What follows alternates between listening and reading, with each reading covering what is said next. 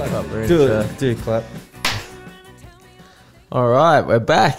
There's only two of us this week, and Mitch, of course. Mitch, of course. That's a shit intro to start. Do you want to start it again? You can tell I've been out for a little while. Let's keep that on there. It's all good. Episode 29 with Mitch Jennings. Hey, boys. Thanks.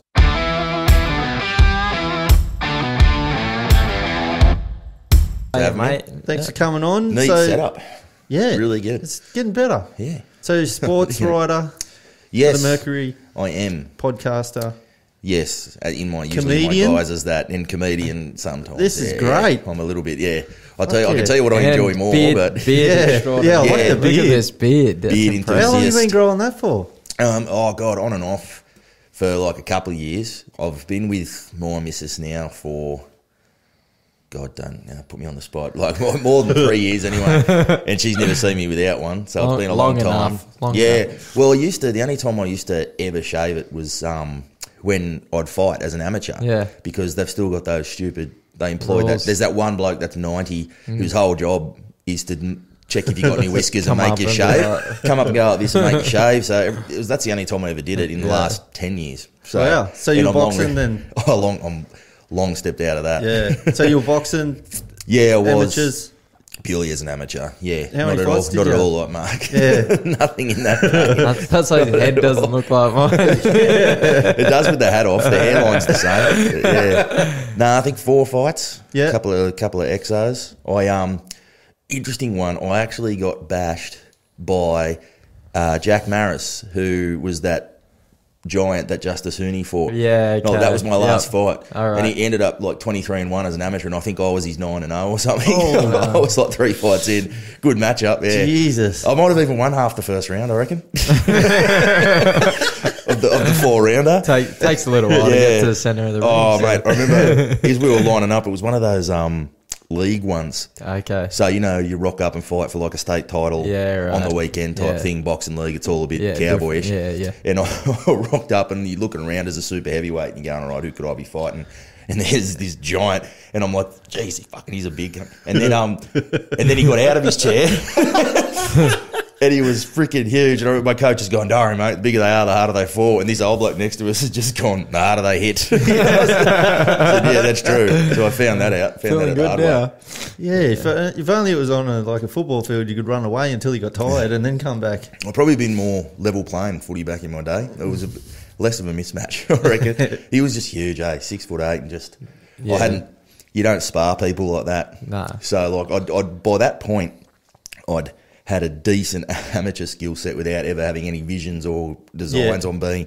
I only ever really did it to try to get a grasp of what the walkout feels like and just what it's like. Experience. And so and then that was it. I didn't need any more after that. Yeah. It's enough. Knew what it was all like. But it's actually a lot like comedy. I tell people that all the time, that feeling of like the walkout, you mean? Yeah, like people ask me all the time, and I say it to comedians, and they go, "Oh, now how would you box?" And you talk to boxers, and they go, "Oh man, I wouldn't have the balls to be a comedian." I'm like, "Are you serious? You're just sitting in there and done this?" But the feeling's the same, Mark. You know about it, like when that feeling of like walking into the ring and there's people around you still, and you've done all your warm ups with the coach, whatever, and then all of a sudden that feeling of you go to centre ring, go back to your corner, and you turn around, and you're like, I'm the only one who can get me out of this. Put myself here. And that feeling is exactly the same. You walk up on stage and turn around and you've just got these people looking at you. It's almost identical, the feeling. Can't it's punch crazy. them in the head. No, you can't. And Giving them all one. The big difference is, in boxing, certainly there's haters everywhere when you get to a good level, but the amateur sort of level I was fighting, it was that level of, even if you go in there and get bashed, people go, good on you, mate. You got in there and did well. In comedy, they don't do that. No. You go up there and suck. They just go, you suck. Yeah, they're expecting Chappelle on the first time you get up there. Yeah, right? they do. I couldn't imagine. So what possessed you to try stand-up comedy in the first place? Like, were you a big fan of it? I was a huge comedy nerd. Yeah. Always had been. But it was Dicey Riley's Hotel, which is my absolute haunt now.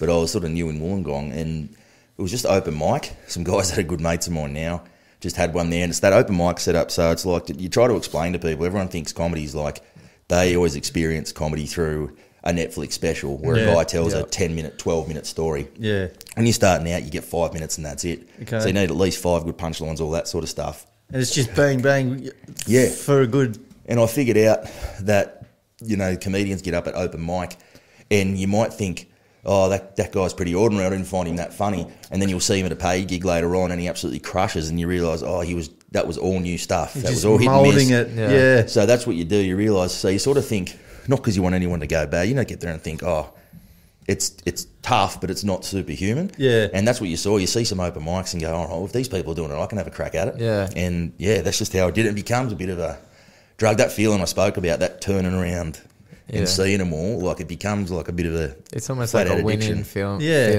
Yeah. It's just like I reckon, like if the tension went out of it, I always thought you meet comedians and once they're really good, I think like, you know, your best comedians, they just must... just enjoy it. They don't get any of the nerves. They're like, I'm just going to go out here and crush. But like the better you get, the more the expectation gets. And you realise even the best comedian, it never goes away. No. And I reckon if that tension and that feeling went away, you wouldn't do it. Yeah. You know what I mean? It's kind of, that's what the sort of addiction is. It's that first feeling of being up there. And in the real comedy clubs too, like everyone thinks you're going to play a theatre and God, you got to be lucky to play a theatre, no matter how good you are. I wonder if that's what happened to Eddie Murphy, why he doesn't come back. You know, like he was such a huge star. Maybe it went away for him. Yeah, I don't know if he'd be able, because think about it, like it's funny now we talk about... He's been out of the game, you mean? Yeah, well, he's been out of the game and the way, like, things have changed now. Like, think back about how some of his comedies aged. Oh, yeah. I still piss myself laughing at it, but man, you could not do that. He's embarrassed by it. He'd be cancelled. Absolutely. Did you see him at that should be a real shame. Like, you know, comedy's comedy. Did you see him at that award show, though? I heard about it on Rogan. He said Rogan reckons he just killed it. You never lose that ability. Yeah. That's the difference. Like, even you watch, like, when Dave Chappelle got inducted into the Mark Twain, that I've forgotten what it's called now. They all do it, like Led Zeppelin's bit in there. It's huge when they go there. And he went and they followed him just afterwards and he went to like a small comedy club and that's where the comics have their fun and live. It's that immediate sort of small environment. They're right on top of you, like you can reach out and touch them and that's the stuff. And that's what, you've only got to do it to realise that's what it is. Everyone thinks it's, I've got to get up in front of this huge audience, and you're just like, man, they're going out there by then and just doing a show. They've worked that, so by the time they get up there and they're doing a show, it's rehearsed. It's just bang. You're not doing an arena the first time, are you? Nah. They say, I've heard them talk about the optimal size being like 150 people room, like where you get the reaction, but it's intimate enough where you can feel it. And it's more the size of the room too, like 150 people in a theatre.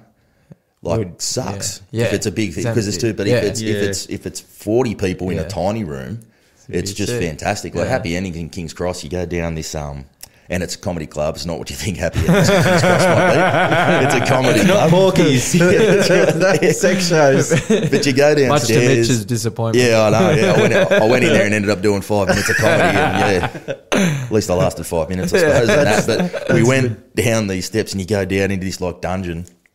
And it's down real low and you only get about 50 people in there at max, but it's just freaking awesome. You're sitting there like they're just crammed on top of you. If you're claustrophobic, you struggle because they jam you in like this little, you got to stand here like this before you go on. And if you want to get out, you got to push past. But if everyone rushed out there, like you're claustrophobic, it's good. But that's what the best feeling of it is, like that immediacy, I suppose, of it. It's weird. The only big theatres I've sort of done is like them open mic like competitions like Raw and stuff, because they always do that in a theatre, and it just feels weird walking on a stage like at Town Hall and the nearest audience member to you is so far away. It just doesn't feel the same. I've seen people that are really good riffing and beating comedy, you put them in a theatre and it's kind of weird, or they don't, it's too far, like the distance there's much more of a performance element to that, I think. Totally. I like it because they're all good. You want to try them all, but I prefer the dingy Dicey Riley's type rooms where you never know what's going to happen there. Either. It's good. I like unpredictability. Watch a fight, do some comedy, I can have a beer. It's probably his favourite things. Mate, at Dicey's, if you're emceeing a gig there, it probably helps. I've had a few amateur fights, to be honest, because it can get a bit like that in there. It can get a bit hairy. I remember one time there was a wedding party there. It was one of the best nights I've ever had at Dicey's Comedy. It was absolutely full on. We had this like wedding party. I think it was from Mount Gambier, if I remember. It was one of the mounts, Mount Gambier somewhere. And it was he was getting married the next day, so they're all the blokes, were out having their beers you do the night before the wedding. And at first they were like, yeah, bring it on. Let's you're sort of putting some shit on them and they're laughing. And then we just kept going back to them. So we kept going back to that well, because they were just these deliverance looking people. And they're sitting there like that and you're just smashing them. And then eventually they started getting real freaking shitty. And then they're threatening to take us outside and bash us and all this stuff. But this one guy was going, when does the comedy start? And all these sorts of stupid generic sledges and you put in his place. Then I went for a beer just before I go on. And one of our regulars, like a Dicey's regular that loves us, we had to separate him and this other bloke because he was bashed him going, stop bagging the comedians, they're doing their best. And he said, it was a good night. And Marty, my mate, was the MC. He got lifted up off the stage and tackled off. You're on this tiny stage in there. Yeah. So yeah, Mount Gambier weddings. I don't know if I'd get a gig there. Yeah, maybe not. It'd be not a dull moment. What type of comedy do you like to do? Are you doing story based stuff or? I'm still very much the punchline type comic because, like I said, you've sort of got to be. You've really got to be at a pretty good level to be telling narrative comedy because. You need a lot of time, man. Yeah. When you're starting out, you get a proper comedy club guy, they'll go, 5 minutes. And if you do 6, even if you're crushing, they're like, I told you 5 minutes and they won't put you on again. Like, you've got to be able to do it to your time. Right. So you've got to, and if you're doing 5 minutes, you've got to probably have 5 punchlines. You can tell a really good 5-minute bit, but if that falls flat, it's like, they've been sitting there for 5 minutes. You're like, all right, thanks, I'll be Jenno and off you go. And it's like you've wasted it. So... But I do a bit. Yeah, a bit of all.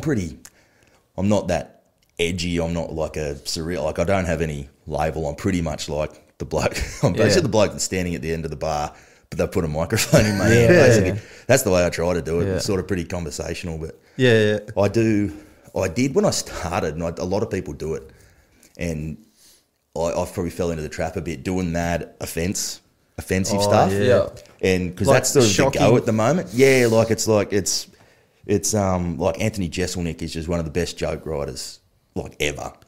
And he tells horrifically offensive jokes, but that's his shtick, that's what he does. And you hear him do interviews and he's like, mate, I did open mics and stuff and just bombed like crickets because it's not for everyone, Now he's got this cult following, so everywhere he goes he's just getting stamping feet and uproarious laughter and that sort of stuff.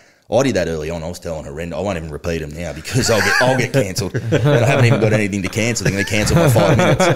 But, not on the Panda show, mate. Yeah, exactly. But I was like... Anything goes here, mate. So I did a lot of that offensive stuff and I've seen other people do it now. You can fall into the trap of... You realise you're going up there to offend people and not to make them laugh. The ultimate goal should always be to make them laugh. And you can do that through an offensive joke, great. But if you're up there to... Just to slag people. To offend people, and when they walk off and don't like it, you just go, the problem's with them. It's kind of, So I used to do that, but part of it was you've got to try to get yourself to not caring what they think, even though it's all about what they think. But if you're out there worried about what they're going to think. So I did it to sort of snap myself out of that, but I cringe at some of my early stuff. Honestly, some of the, I think about Eddie Murphy, he's talking 30 years ago. Yeah. How that stuff was aged. My stuff was horrendous a freaking year ago. It's aged that badly and it's just not good and you just realise it's not funny.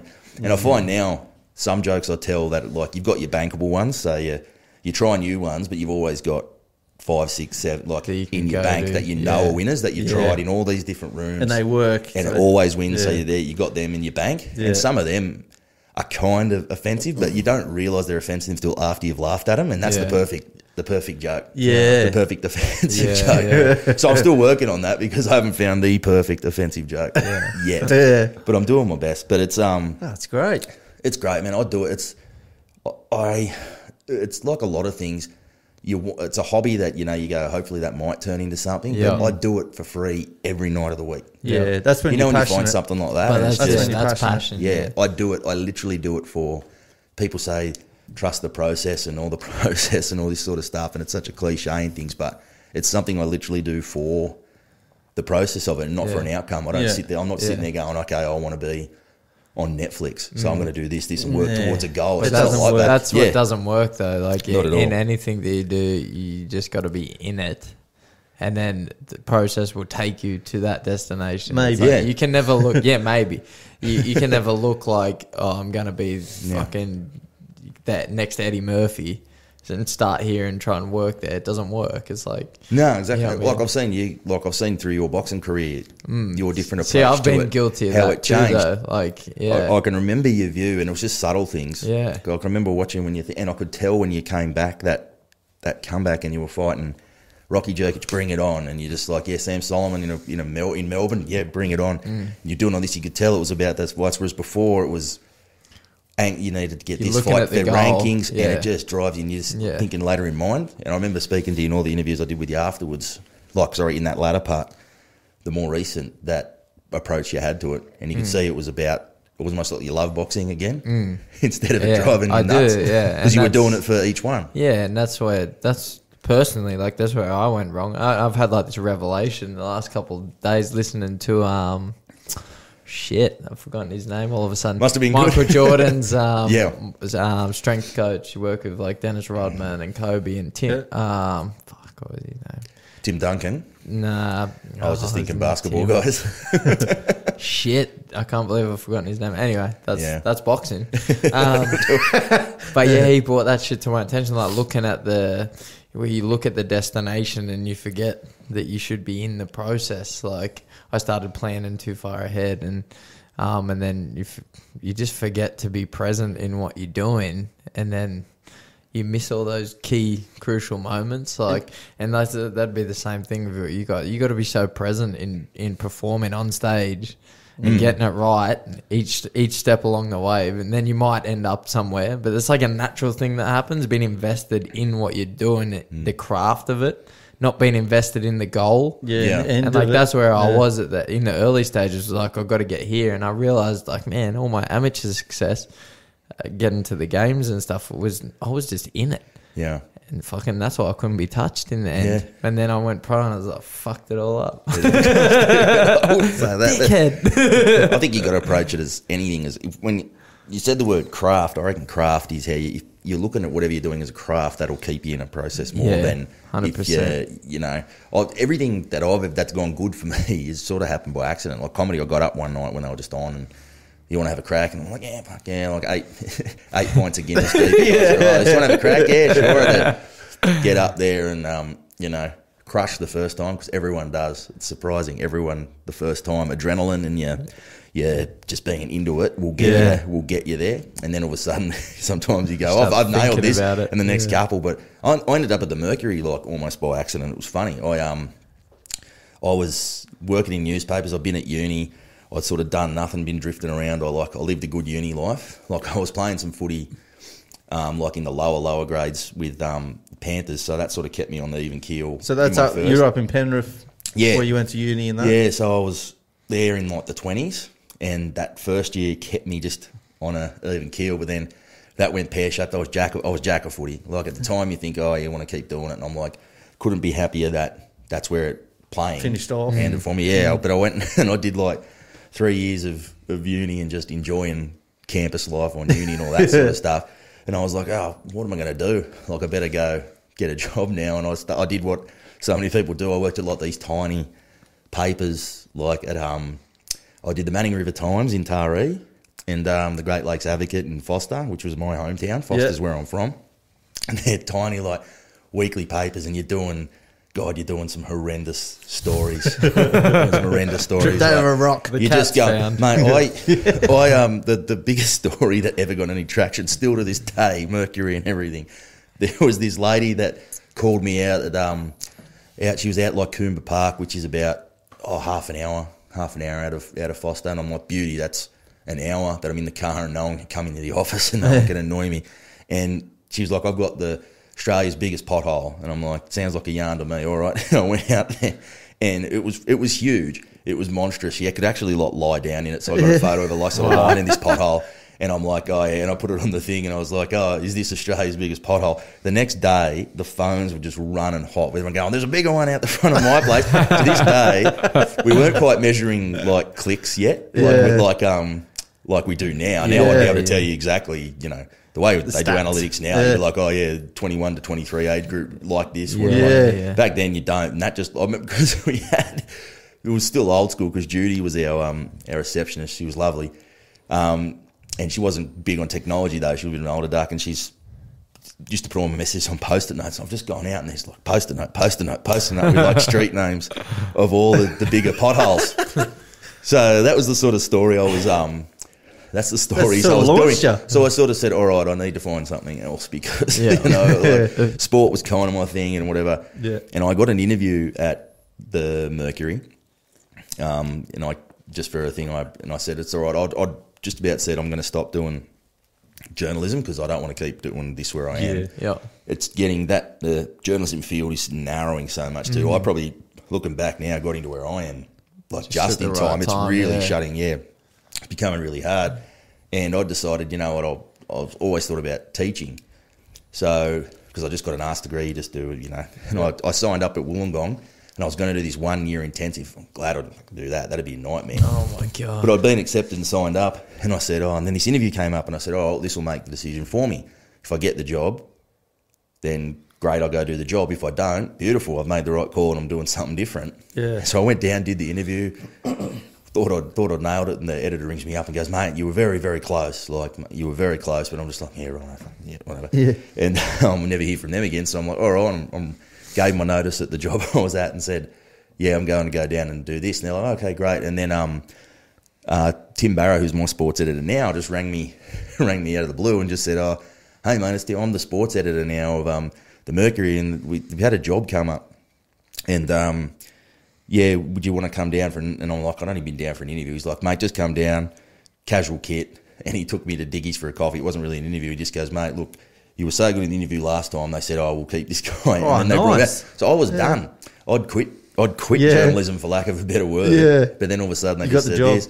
And, you know, you do state of origins and grand finals and all this sort of stuff. Yeah. And it's just, but it only happened by accident. The guy who got the job initially is useless. And he won't mind me saying that because he's one of my best mates now. But he was there. He was absolutely useless. You took my job. He lived with me for like 5 years. He was my housemate. He's a legend.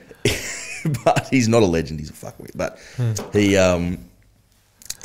got it, and people for years. He left the Mercury not that long ago. And for years, people still just go, "How did they pick him ahead of you?" And I go, "I don't know. You'll have to ask them." How do you do a journalism interview? What do they? I know it's a bit hard, isn't it? Like, just come back. I'm not used to answering questions. I'm usually asking them. Yeah. Oh, mate, it was a bit. You know, back then they kind of know before you get in there. I think they mostly go on the samples. Yeah, I was going to say, did they make you write a piece?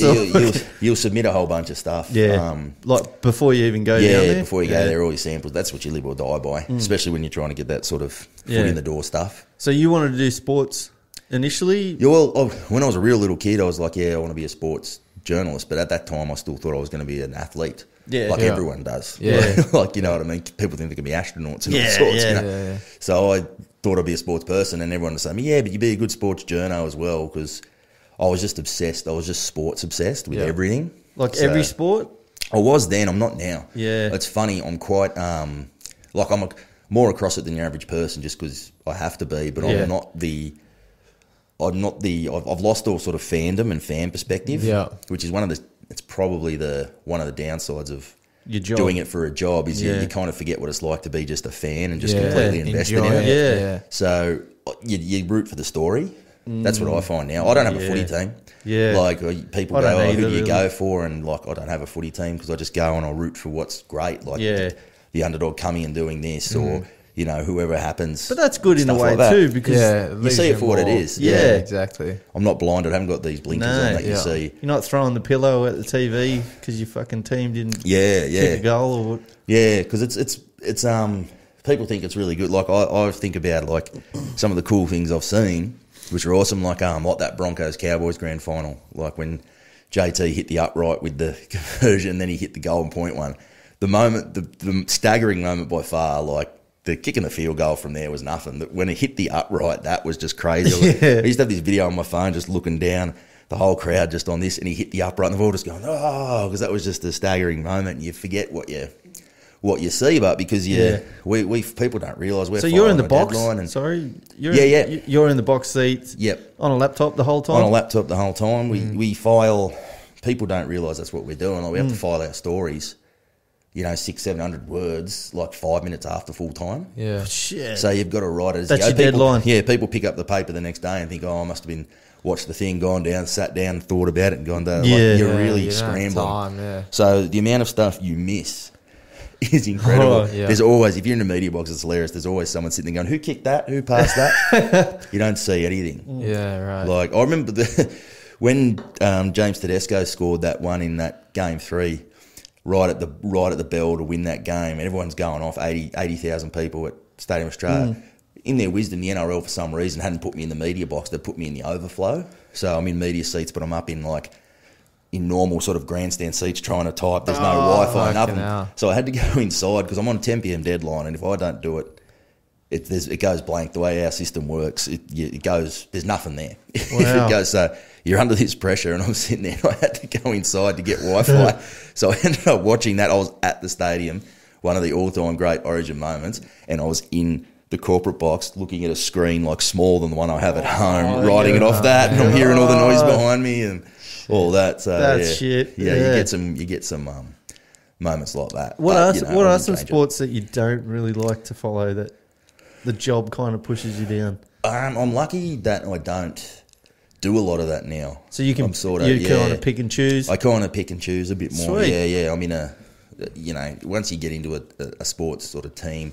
Yeah. When I started, you sort of get handballed a lot of different stuff, but once you've done it for a bit longer, you're sort of you've got your sort of wheelhouse. So like I did, like rugby league's my main one. I do the Dragons mostly for the Mercury. I do the Hawks and the NBL in summertime, and obviously all the combat sports and the boxing, the MMA, and all. That's how I met Mark, obviously. Yeah. When are they going to send you over to fucking LA then? Mate, I don't know. Come some UFC. They don't. They don't support it that much, do they? They don't send us interstate much anymore, but that's not typical that's not specific to the Mercury. It's happened a lot because it's so easy to cover things off TV now. Yeah. Press conference and stuff are live stream, so we don't do as much. We used to go, I caught the very end of when we'd go to State of Origin, like everywhere. So we had the ones in Sydney, but we used to go to Brisbane, and I went to the MCG, that one I think in 2016, and that was cool. So I used to go, I'll do that. People think that's like some junket, and I'm like, you're filing 5 different stories a night and whatever else, and it's tough, everything like that. So it's not as loads of pressure. Yeah, it's not as fun as it sounds, but you reflect on it, and go, how cool was that? So you don't quite enjoy it in the same way you would if you're a fan. Like, oh my god, you get it out, and then you sit, then you'll be in the car, and you go, I just saw something incredible. Like I was there when that happened. It's a shame they don't send you anymore. Like. Because that makes it for better writing, wouldn't you think? Yeah. Because you're in the moment, you experience it with everyone there.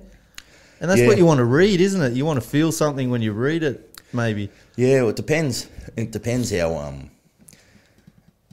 much access you sort of get now, because it's all sort of there's so many media. There's more media managers than there are journalists now. Yeah, like there's so many. Yeah, wow. So there's so many people who are designed to get in your way. Basically, that's their job. Yeah, and a lot of them there's good ones and bad ones, like in anything. But everything's there's so much media now. Like it used to be. It's because anyone that gets now anyone, people iPhones, or they've got a blog, or so they have to filter it. So I don't. People go, journos and media managers are like button heads all the time. We're not. It's necessary because they need to filter it. The demand's so huge, but it kind of makes it depersonalises it a bit. Yeah, like so, journos, especially in rugby league, sort of older than me, were good mates with the players they wrote about and stuff, and you hang around with them socially and all that. It's a bit like what I've got when I cover the Illawarra League here. Know the coaches, have a beer with them, all the players, that sort of stuff. That's what they had there. But now you don't have any relationship with them really. You have there's some better than others and everything, but it's not a deeply personal thing. Which I imagine you'd end up with less like developed stories, and they'd be more generic. And you try to do your best to get something original, or you get something like that, and naturally you put your time in a place someone's more willing to talk to you than they are others. But a lot of stuff's all in now, so you've got 5-6 different people using the same interview and everything like that. It's just the way it's gone. It's not a knock on anybody or anything. It's just the way it is now. And they talk about, but that's why people say, we don't know as much about the players now. You don't get them great stories and this sort of stuff. And that's part of it. It's like and they say, as journalists, you focus on the negative and that. And I go, well, it's harder and harder to get the positive now. I mean, if you have just about every journo, sports journo you'll speak to or I know, if you can say write a positive or a negative, everyone's rushing to the positive. No one gets into it to write the negative stuff. Yeah. But so if you've got positive just popping up everywhere, you're going to take it. But when it's not, it's, it's tough. It's tricky. And if you got to do something every day, there's a weird sort of everyday pressure on it. Yeah. Which, can sort of intensify it. But, I don't know. I think I solve the problems of the world in it. But it's... How's like the YouTube... Like the YouTube influence of, so you got like journalism, guys that pick up iPhones and just start interviewing people, and they got no real, like I imagine a lot of them by listening to their interviews have no background or education. Yeah. It drives me mad. Like I have no education, but like I even just like to like do a bit of writing every now and then, and I just think, God, these guys are like even listening to the questions they're asking, like these fucking idiots. It's funny the different cultures they have. Like American athletes, they're so used to it. So they'll just do, after a game, they'll do 10 interviews, 12 interviews, just one after the other, not knowing who is from where. They're just so used to it. Like, all right, here we go, and just walk the walk and go down and talk. They're kind of used to it. They sort of have this acceptance that that's this is the game. You can't have that. You can't just have this without that. That's just what the way it's become, hasn't it? Well, they kind of accept it. It's strange. It's an Australian thing. I think it's because we like to think, and there's sort of an everyman sort of egalitarian sort of society we have. So we like to think of our athletes being an average bloke as well. Look at our heroes like David Boone and Merv Hughes. But we like the idea of big gorgeous George Rose, one of my favourite players ever. Yeah. You like to think it's the bloke that could be sitting next to you on the hill who's out there doing it. And that's sort of one of what happens after that is it can lead to this whole, we want to be professional athletes, but we want to be the bloke on the street too. And you sort of go, well, you can't. That's just not how it is. That's just not how. And they seem to get that in America because it's such everything's big, everything's on huge money and it's different there. So, but I think that's where it comes from. It's not it's a bit chicken and the egg about where that came from. Was it media fault? Was it play? You're never going to get to the bottom of that. No. But I think that's part of it. It's kind of wanting to stay in touch with the everyday person, wanting to live a pretty normal life, but then go and be supreme athlete and be these incredible people on the weekend. It's just impossible, really. Yeah. Especially as more and more money comes into sport here in Australia. So it's pretty cool though. You can always find something. You can always find something that annoys you that day or whatever. But it is cool. There's so many days I do sit there and go, like, I can't believe I get paid for this. It's small. It's funny though. Like people would think it's the origin that I was talking about or the whatever. The most fun days I have is when I go down and I'm on the hill watching, Thurl Butchers play West Red Devils, and you sit there and you see a great game of just local footy, and you go, that's the one where I go, I can't believe I get paid to do that, because that is where you're literally down there doing what other people do for fun, for your job. Yeah. So it's cool. You see cool things everywhere at all levels of sport. That's what I've always enjoyed about it. Yeah. Do you need so for the Mercury, obviously they're looking for qualifications, just to go back to what Mark was saying. So you need to do the study and get the degrees. Yeah, it's really... so they wouldn't hire just some guy that was just a good writer. It's something that's really changed. So now, it's one of them fields that's become like a university must type field. Okay, yeah. You need to have a degree in this. Unis would be loving that too. Yeah, well, they do all that, whereas it used to be completely like you start as a copy boy and you run it, you come up and you get a gig that way, and there's still a place for that. I still think there's a lot of people you see that some of the great journos I know now that are great not just good news hounds. Everyone thinks that's networking who you know. Some of the really good writers don't have a degree or anything like that. Came through the old cadet system and all that sort of stuff. So I hated my journalism degree. That's why I switched. I didn't arts one because I wanted to do journalism, but they always make you do a communications one. We've got to do advertising and PR and all this sort of stuff. And I'm just like, nah, I'm not. I got through like one tutorial of PR and I'm like, nah, this ain't for me. I belong on the other side of this, and you're all there doing it. And it's probably the way. I guess that's the way. Just about all unis do it that way, so they must be the right way. But it wasn't for me. Yeah, I don't know. I took a different route. Yeah, I don't think there's one set criteria that's a right or wrong way. Is that apprenticeship? I don't think so. Like cadetship style thing kind of gone now, or like when you're talking about developing, right? That would seem like an integral thing. Like it's they used to do in the old sense of they used to do like huge intake. They go, here's our yearly intake of 10 cadets or whatever. That's how big those programs used to be. Yeah, cheers, mate. I'm getting down. But that's how they sort of got to be. Now it's like I said, it's really narrowing. It's really, really hard. There's more. I've read a stat. I'm not sure of the veracity of it, but I believe it. There'll be more people graduating next year with journalism degrees than there are working journalists in Australia. Wow. It's just getting... That's insane, isn't it? It's getting narrow. Yeah, well, because for all sorts of reasons. Jobs have shrunk too, right? It's shrunk. People consume the news different. You still get... Like, it shits me. I still want to, like... I don't engage in social media and stuff, which is strange. I probably should. It's probably not as good a journal as I could be otherwise, but I steer clear of it a bit. But you see comments and all this, and people go... I can't want to pay for this. I don't want to pay for that story. I'm not going to be held to ransom to read it and all this sort of crap. And I go, well, go into an actual newsagent's, pick up a newspaper and walk out without paying and see how you go. Yeah. Like this sort of crap. And so people have to change. There's a change going in about how if you want good news and not stuff that a bloke's doing, you got to pay for it. Yeah. You got to pay for it. Yeah. Yeah, so that's true. That's a change. I think people are coming around to that too. Has the paper suffered much during, since the whole the whole internet push, isn't it? Yeah. I think, everything's been changing in newspapers forever. It's funny. People have been talking about the death of newspapers for 50 years. They're still here. I kind of think it'll go back though.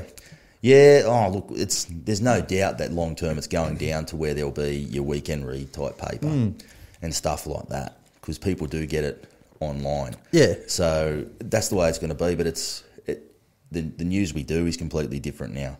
There's none of this writing. You'd file your story at 9 o'clock one morning and it's still current. Now it's not. There's too much stuff that goes on. Turn around straight away. So you've got to adapt. Things change all the time, but they're not going anywhere. Yeah, that's right. They're not, as much as it's getting harder to get a start and all that sort of stuff. It's not.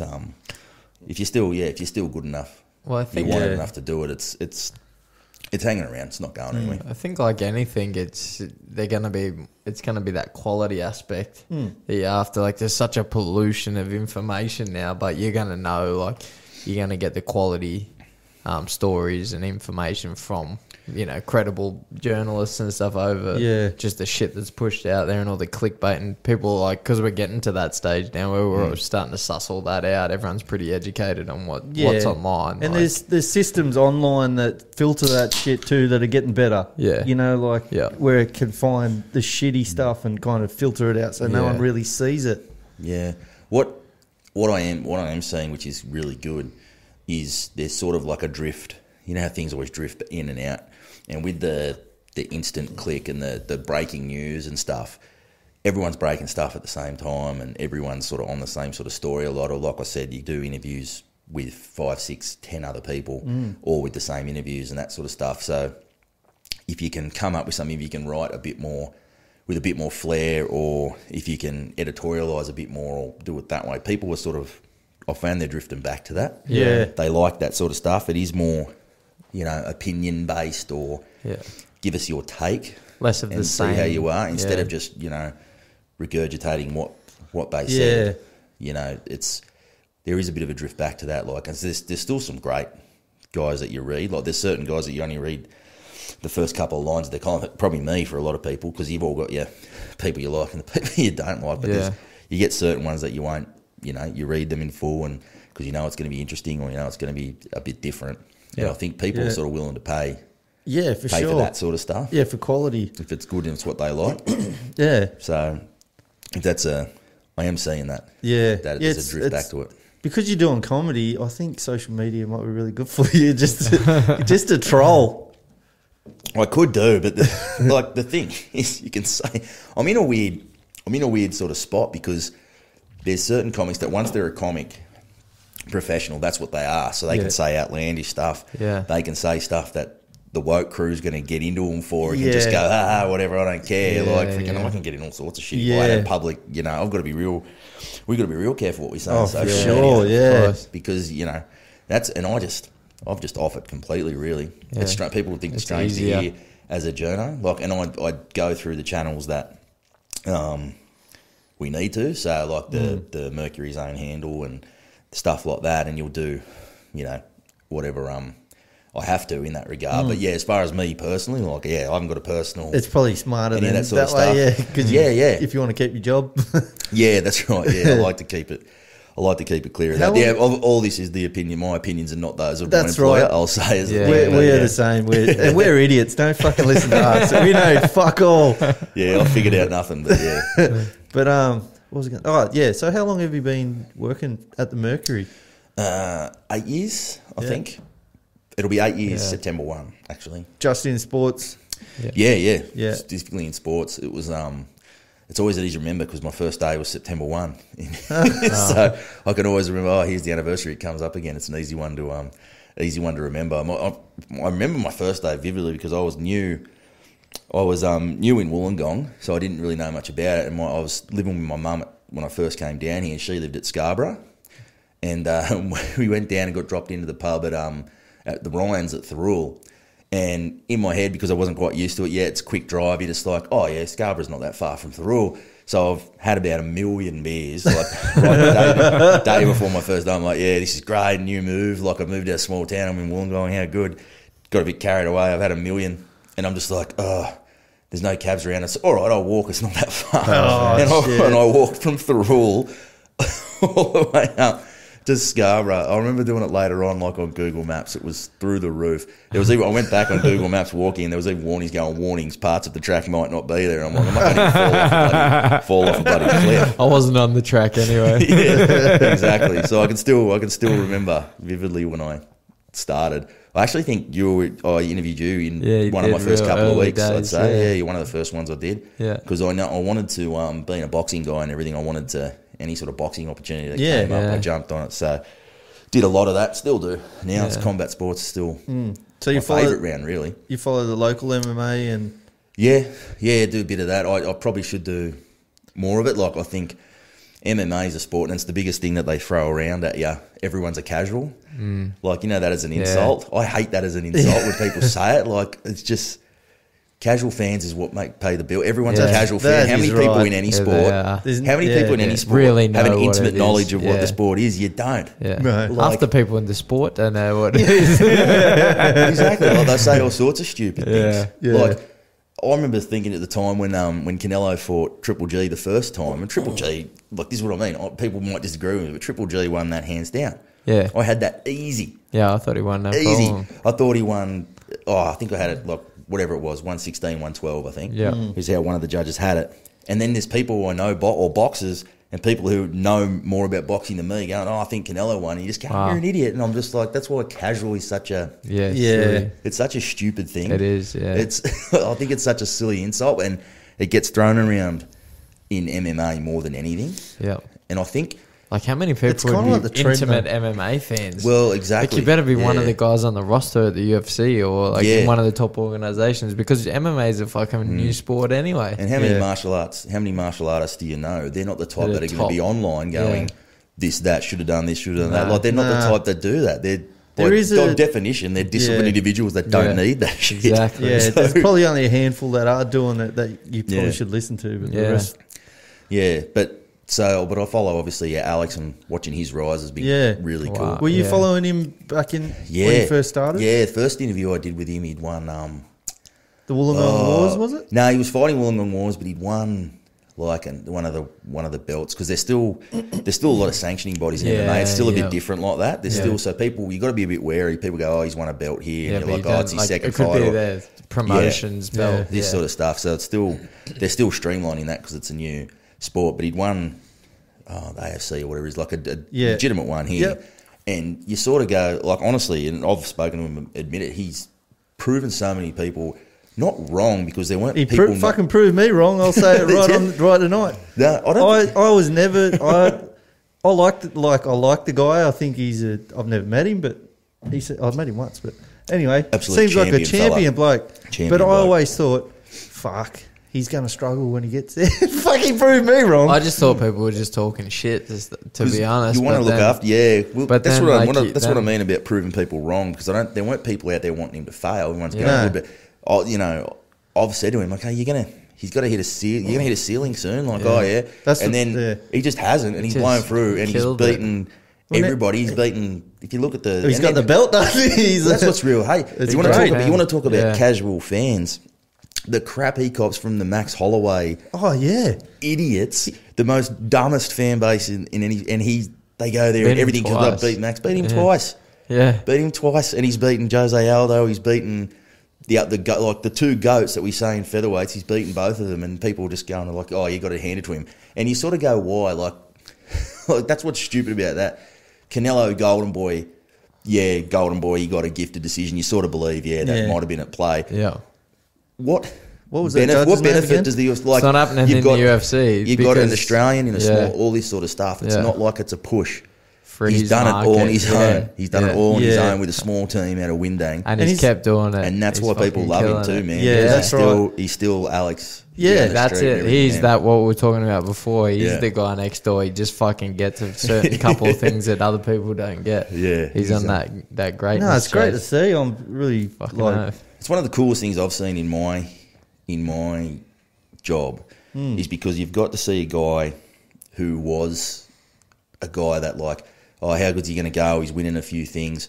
And, you know, even the old story, a footy guy who walked into a gym and thought he could fight. You know, that's how it was. And people go, oh, that's what this guy is. Yeah. But to chop it all in, to throw it all in and go and do what he did. But I've actually, as being from the local paper and being the journo there and watching him do it, I've kind of been on from a very big distance, but along for the ride with him. It's just about the coolest thing you've seen. Like, the guy from there that I met down, and you go into Freestyle Fight Gym at Windang, and it's not special. It's not these huge gyms that people that know nothing about boxing or MMA open up sometimes. Yeah.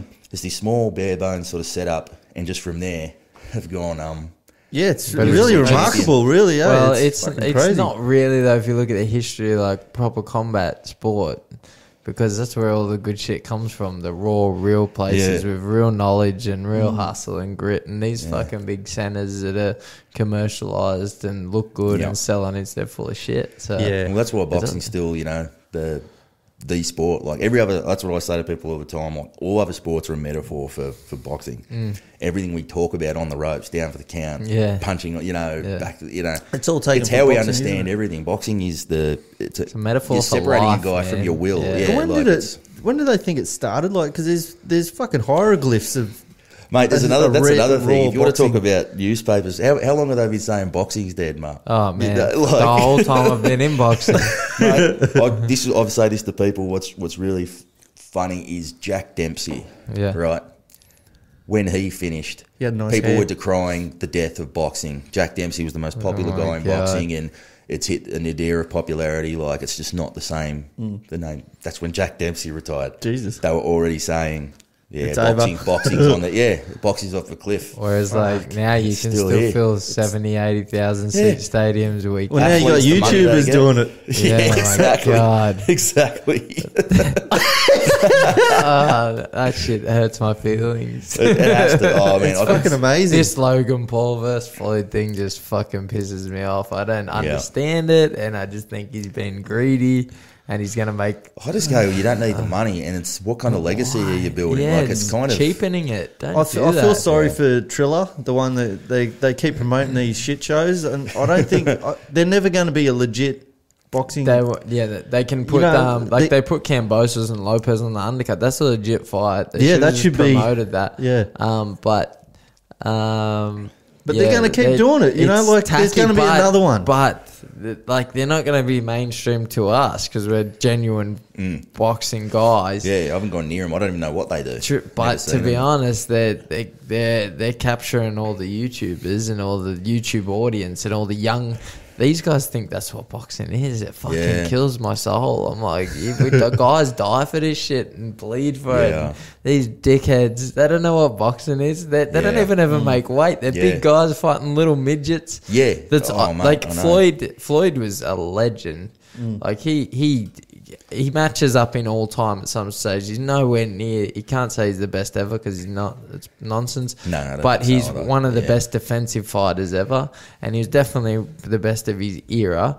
And to go in at how old is he? 45. Yeah, something. He's like 5'8", and he probably weighs like 68 kilos now. Yeah. And he's got a guy taking his fucking hat off and going, "Got your hat," and you're having a fight with the guy for taking your hat off. Yeah, it's ridiculous. One of the best ever. And he's got $1 billion. It kind of looked a bit fake though.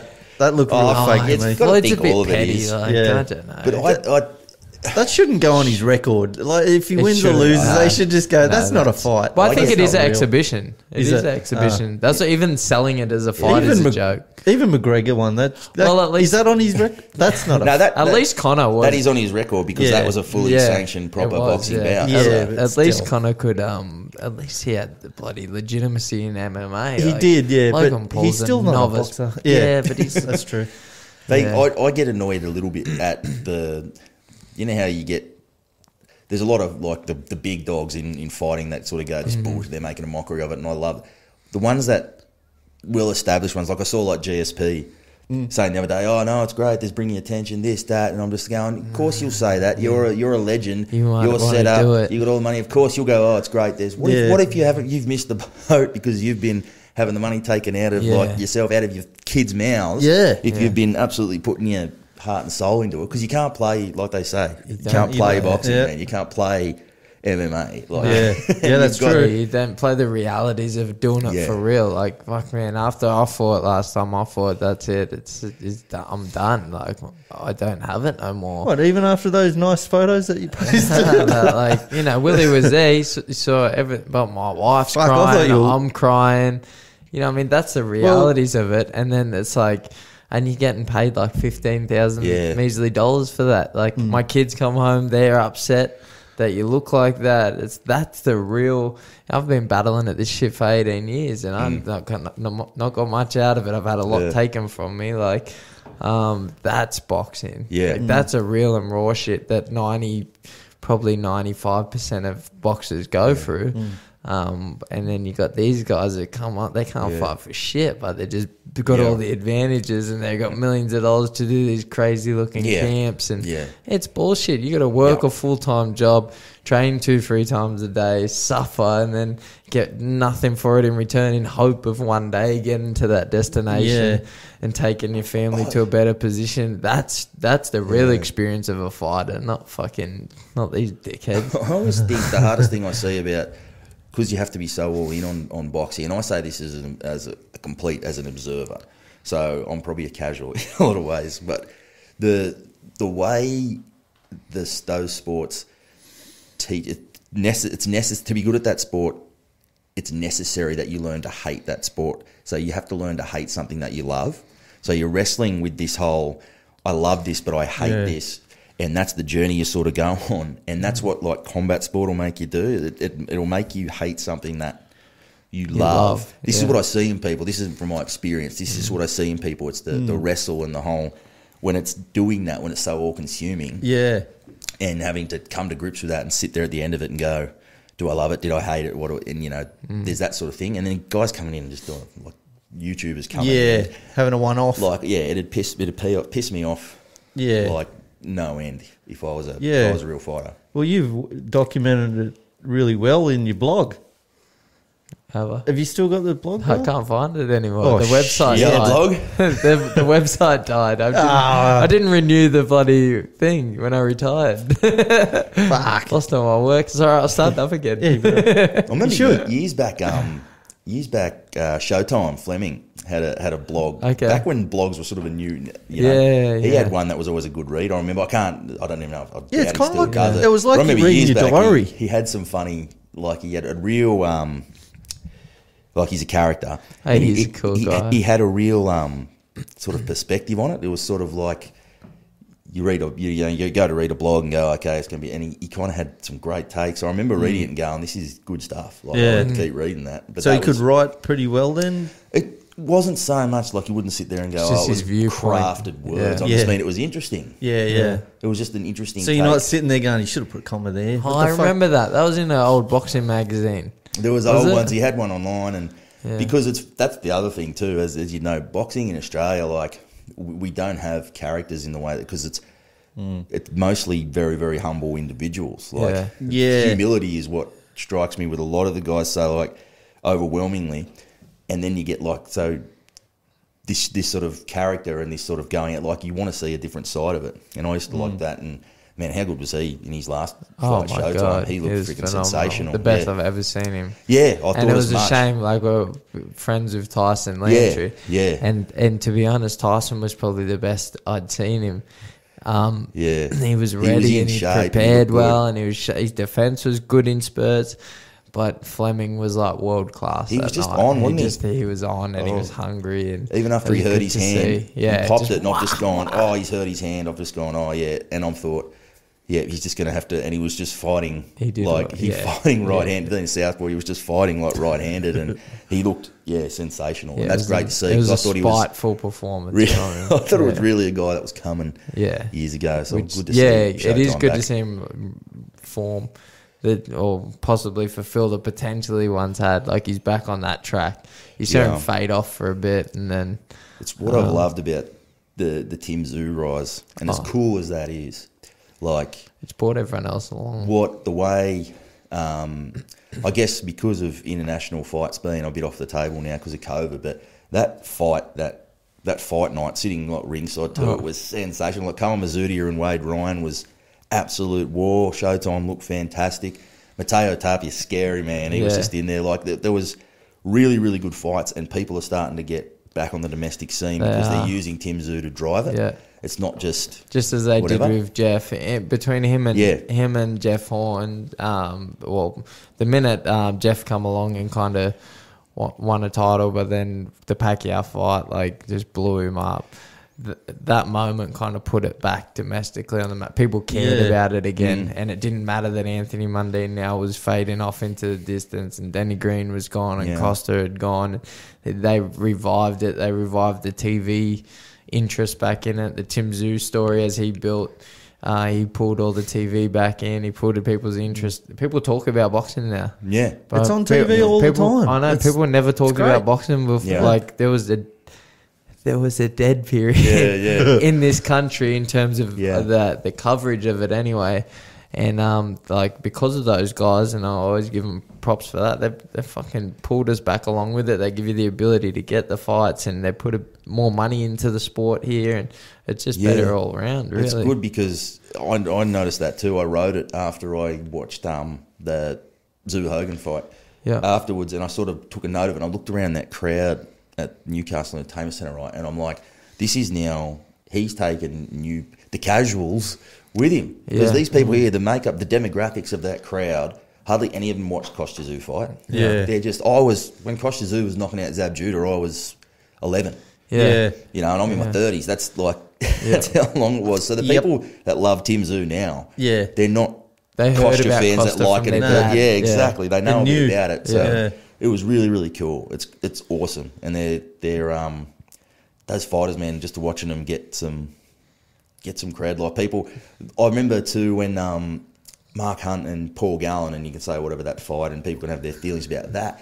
Everyone was talking about Darragh Foley and Ty Telford, right? Great, yeah. That was the fight everyone was talking about. People know who Darragh Foley is now. Yeah. And good luck to him. What a character. Yeah. He's a character, man. He's a good dude. He's always in... his last few fights have been real entertaining, so people talk about him now. People know. People wouldn't have known Showtime, right? No. And now with the great entrances and Indigenous stuff and that fight, people know him now. Like, so it is going... It's good to see. I'm enjoying it as a boxing guy. Yeah. So it is good to have... You know, Gallen is bringing them fans over then, obviously... Gallen's been better for the sport than I think. Like I'll admit, even originally I thought and he's got this fight coming up with Justice Honey, and it's not as clear cut as I once thought after watching the other night. I don't think. I've thought the same thing. This is what I say to people about it. Like, Gallen, he's been good, and you fought on the Gallen card. You fought on the Hopper Gallen card. Great fight against Rocky. It was a good fight. And that sort of brought people along, but the promoters have done that as well. That's what I want to say. Like, and not to Gal was right when he said, I spoke to him a fair bit because he fought Lucas Brown in Wollongong, so I spoke to Gal a fair bit before the fight. And he was making these points. I said, you're making good points. He's like, mate, I've done more for Aussie boxing than Lucas. All he's done is ridicule Aussie boxing and say, I'll never fight in Australia again, or this, I've done this. And it's hard to disagree with him. Like, it's not as simple as that when it comes to Big Daddy. Like, it was, but that's what he was sort of saying along the way. We'll give him a platform. So people have promoted around it. But now he's a prize fighter. But what I say about Justice Huni, I say what you could say about Mark Hunt. I thought Mark Hunt was going to knock him out. But what would you say about it? Why won't he? And you'd go, well, he's 46, 45. Notoriously he wasn't in the best shape. Notoriously lazy. Hasn't had a boxing fight in like more than 2 decades, right? Yeah. 6-rounder, what shape's he going to give? So that's where Gallen's chance was. He went, okay, yeah, that's where he's going to do it. Against Lucas Brown, I thought more confidently that Lucas Brown was going to knock him out. What do you think when you saw 6 rounds? Well, I knew Lucas is a notoriously slow starter, so I thought if you jumped on him early, that's how he'd do it. Because when you're that big and you're fighting 12 rounders, you can't push a pace. It's just the way it is. But you'd say that Lucas hasn't been in his 40s now, hasn't been active against good opposition for a long time. What do you say about Justice? Like, he's young, he's hungry, he's on his up in his prime, he's skillful. Mark Hunt wasn't a skillful boxer. Yeah. Lucas Brown, even as a not world champion, was not a skillful boxer. He just could punch. He knew he figured out what his lane was and stayed in it really well. I mean, Huni, like that's where I go. Gal's probably hit his ceiling here in this. He will. I like what he said about like Christian Soy, and I agreed as he was doing it. He was saying he was in there, and once he was in, he wasn't working. He was doing all the hard work to get in, and wasn't. But I go, a lot of that's got to do with like Huni turning him and moving him. It's not like you can just jump in there and just punch against the guy with feet like that. That's that big. He definitely has natural ability, fast hands. He's got boxing skill. I think what he does a lot is off his own terms.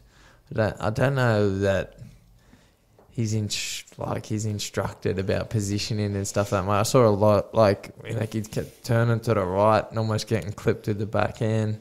Got touch with it a couple of times. I'm not saying he's going to win because you can see it going a couple of ways. You can see Justice just schooling him and putting it on him. I don't think he's banging that hard yet that he's not going to put him out with one shot. It doesn't look huge. I feel like he could put him out. If he stopped him, it would be with a multiple like punches and attacks over time. But then I can see Graham Shaw putting together a really good game plan.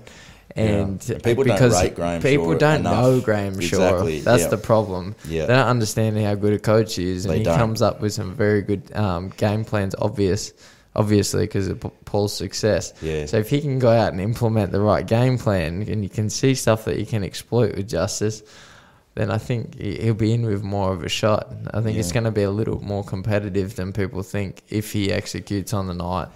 But like Justice isn't a supreme talent. And you can't take that away from him. You've got to be exciting. Yeah. He reminds me of like when Joseph Parker was coming up with the feet and everything and the ability, but he looks slicker. Like I think his ceiling's higher. He's got more natural talent than But just the way Joseph Parker moved around and for a heavyweight, we could do that. That's where it looked.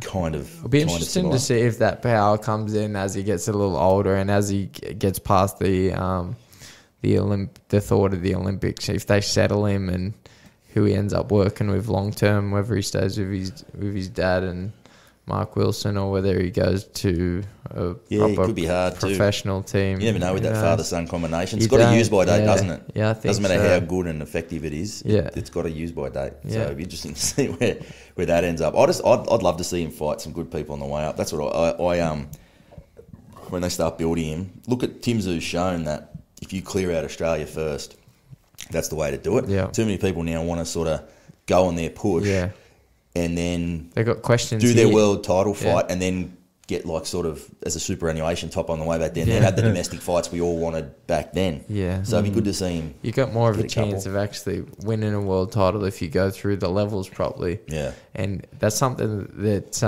been missing in Australian boxing, I think. But you see that with Tim, like who can after he smashes a Rafa, which I hope he does. Well, he can't get any bloody spar. Yeah. I hope he smashes the Rafa and then And then who else is there? He's literally cleared everyone out. And then it's just, you know. Who would be the next step for him? Well, in Australia? There's no one. No, to go over. You're looking at, like, he's got to go to that next level. He's wanting, they're positioning him for the Charlo Castano winner. Mm. That's what because he's the mandatory for the WBO. So, but how hard is it to keep all the belts? Like they'll probably just give it up because the draw. I don't know what the draw. The draw wouldn't be that great in the States yet. Yeah, I feel like they could maybe build him there over time. Sure, yeah. I try to explain to people all the time. They're like, why can't they just fight for the undisputed title? And I'm just like, man, there's like 5 sanctioning bodies. They all have mandatories. Yeah, like it's crazy, eh? Like, it's a bit too much to wrap your head around unless you're right into it. Yeah, Josh Taylor won it on the weekend, and even he straight away is like, he's probably going to go up because the reality of defending all the belts and meeting all the mandatory obligations, like, it's impossible. You can't. Unless you get to that, like, super champion stage like Klitschko was, where all the sanctioning bodies just elevate him to super and go, you don't have mandatory obligations anymore, and they bring in those silver titles or whatever. It's what Lucas Brown won. We don't need more of them. No, you don't need more of them. Someone that's as reigned as long and hard as... He's fighting again too as well, Lucas Brown. He just signed a contract. Abu Dhabi or Dubai or something. Some giant. Yeah. Like I didn't standing next to Tyson Fury, and he's he's a bit taller than him. Yeah, right. Taller than the Gypsy King. Yeah, check it out. Lucas has still got a credible enough record too, where you start doing that stuff with him, he's going to get offers because he's still 29-3 and a former champion. Still big in England too. And he's got a following in England. Yeah, they really generally do because they love their heavyweights so much. Yeah, okay. And the heavyweights over there don't duck each other. No. They really don't. Like in the domestic English scene, boxing's still monstrous in the domestic scene in England. That's you just great, see they fight in front of thousands of people in stadiums, just domestic fights. All of them though, not just because Tim Zoo's fighting. I'm talking to everybody. Yeah. Like I just love it. And the heavyweights over there, they just go, all right, let's fight. Because it's either that or... Because then you can have sparring partners afterwards because you haven't got any sparring partners as a heavyweight. So they fight and get it out of the way. Yeah, and then they spar each other later on. Yeah, there's so much more. Yeah, I think there's a lot more money to be made over there. I think if you're going to be anywhere in the world and you're going to be a domestic level guy, it's probably best to be in England. Totally. Really? Yeah. You can hit them Euro titles too. You're going to be on that match room. Yeah, that's the way to go. Yeah, there's big bucks over there. Fucking boxing, man. Why would you do it? It's hard to stop once you start. It's like comedy, man. It's like talking around and staring at that microphone, that feeling.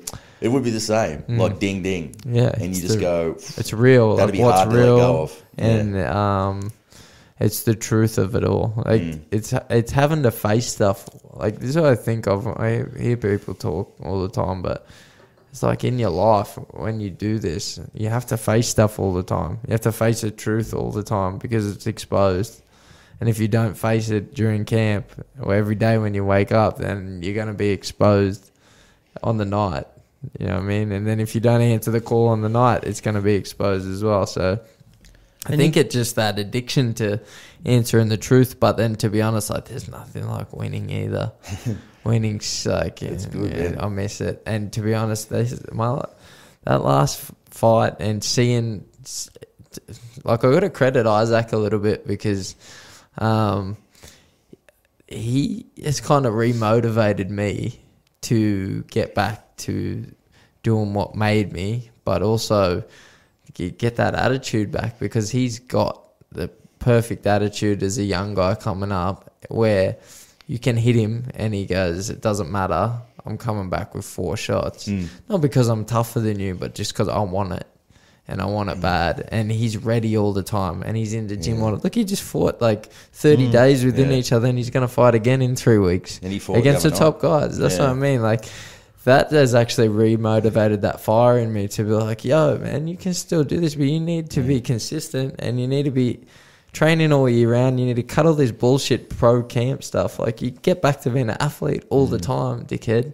You get to be young. To be young. I remember James Graham talking about it with all this talk about concussion in footy now. And when you're young, he's like, you're sort of privileged the present over the future. Yeah. Is the way he put it. Yeah. And it's so easy to do that when you're young. So you sit there, you don't even think about the long-term consequences of boxing or of this or whatever. You don't even think about it. You're like, God, you know, you're just in there doing it, going, yeah, hit me and I'll come forward. And you don't think of it. It's only as you get older and wiser that you start to see the folly in some of the things you do. You realise that that's not normal what I'm doing there. Yeah, well, but your brain's not even developed though when you're young, is it? No, it's mine's still halfway. Your frontal lobe. No. We had a sports psychologist on the other week, and she was explaining it like, we're basically just fucking chimps, like bluntly. You're not wrong. Yeah, we're just idiots. But give us a license, put us in the workforce. You can shoot people. You're good to go. I think it's where they talk like.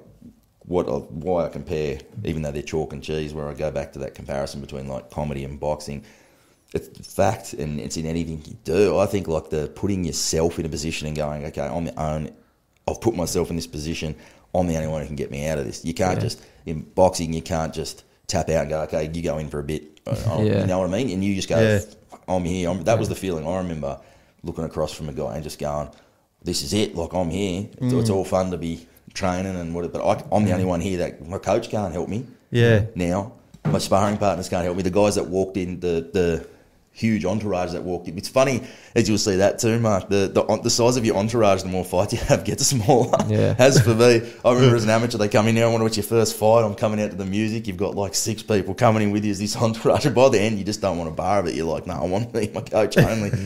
But you're in there by yourself, and you've got yourself. And same thing when you get up there in stand up there, and it's obviously the same for a lot of other things, but what struck me about it, that's why the feelings were the same. It's just, I got myself here and only I can get myself out of it. That's it. And it doesn't matter whether I'm feeling it. Doesn't matter if I'm feeling good tonight or bad tonight or whatever. You've just got to get yourself out of it however you can. It would be similar too in the fact, like, you got to turn it on a bit, because it would be hard to get up and be funny and hit those lines if you're not feeling like, 100%. You know, even doing this show, a lot of nights I rock up and I'm like, man, my brain's like, I've been busy in the day or lots going on. I'm like, I can't focus on questions. And then I start listening to the conversation happening and I'm like, shit, what was I going to ask again? Plus I've had 120 fights, so that doesn't help. But it does get like that though. If you're not feeling it and you're not in that kind of flow state, like, you would have to switch on, I'd imagine. You got to fake it sometimes. Like it's funny though. It's incredible how often you're feeling absolute crap and that you somehow turn it on up there. And I've heard like certain comics say like comedy. I love stand up. It's usually guys that have been like stand ups that have gone into movies and stuff and been famous and don't need to do stand up anymore, but they go back to it all the time and they say things like, "It's stand up. It saved my life so many times." And they're not exaggerating. It's dead set. Yeah. When everything's going bad for them, they're really in a funk. You get up there, 5 minutes, it's like a shot. And they come out of it afterwards and they're feeling like it's right again. Like nothing's better, but it just quite hasn't got you by the throat anymore. You've just gone out there and made well, Chappelle would have been a prime example of that. Made all that money off that show. Well, kind of didn't he? Well, he made it now. He made tons and then he turned it down. And then he was doing stand-up in like the park. Just bring a little boombox. Just because he loves doing stand-up. Pure stand-up. He does things like, I remember he throws punchlines. He works backwards on his jokes now. He's that good that he doesn't need the idea to form, and then he writes down punchlines and throws them in a fishbowl. To make it harder for himself? Or I guess, Wow. He throws them in a fishbowl and he pulls the punchline out and he goes, all right, what it's such and such, and he goes, all right, I need to come up with a joke that ends with that punchline, and he'll come up with something that's brilliant. Special. That's just how good he is. But like he sort of lost everything. I've heard like Jimmy Barnes say it when they tried to take on America is Cold Chisel, which is the greatest fucking band of all time, and I won't hear anything different. But they took on America and then all collapsed, lost everything, and they lost all money, everything. And I heard him say, like, I lost everything, so I wasn't afraid of it anymore. That's so good. Now I could go and try and do it. He goes, everyone's terrified of losing everything and whatever and having to rebuild from the ground up. And he goes, well, I had to do it. And I think that comes with age as well, do you think? Yeah, probably. You know, where you've lost everything at bloody 15 or 20, you're in trouble. Yeah, but you know what I mean? Like, you kind of just don't give a fuck. Yeah. You get to an age where I don't know. You're just like, people. Who cares what they think? You realise, I think, no one's actually got anything worked out. And yeah, we're all idiots. Yeah, so do what the fuck you want anyway. Yeah, you work it out that way. Even the people running the show don't have a fucking idea. Oh, tell me about it.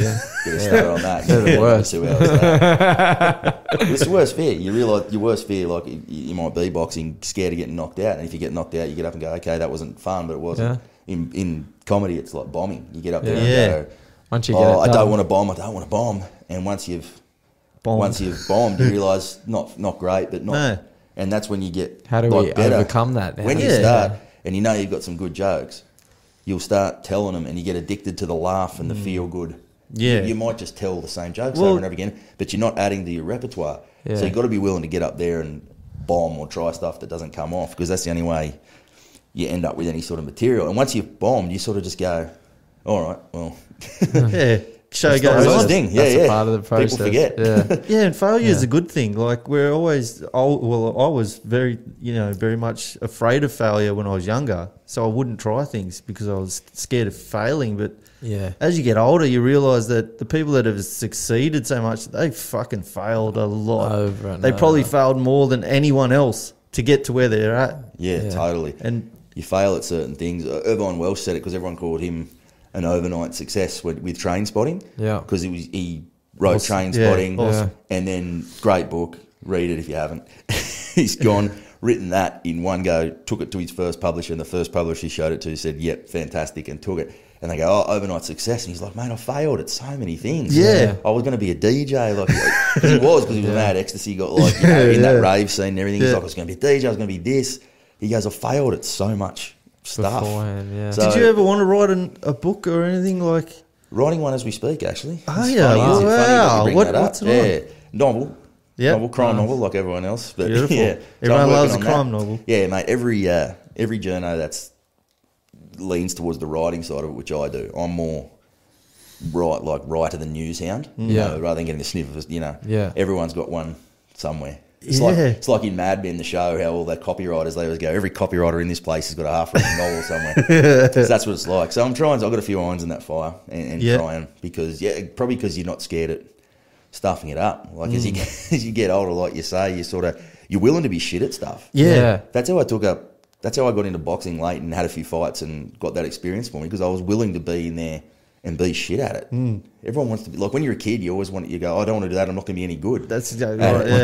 You don't want to look average at something, whereas now you get older and go, I'm allowed to be shit at boxing the first time someone holds pads for me. Or I'm allowed to be starts off shit at this when I start. That's why people in their 40s start doing triathlons and stuff, because they're not scared of being shit at something to begin with. Yeah, but fuck that. Right. Yeah, no, fuck that. That's some crazy shit. Not with this rig, mate. You see what I look like in that lycra. Oh, you could be no way, walking around in those reverse high heels. That's pretty trendy. We'll see him fucking next weekend at a bloody cafe. You guys have talked me into it, yeah. You'll see me in lycra going, I was on Smack Panda, now I feel like we spoke about it, and now I'm just going to conquer everything. We've got the perfect trainer for you, actually.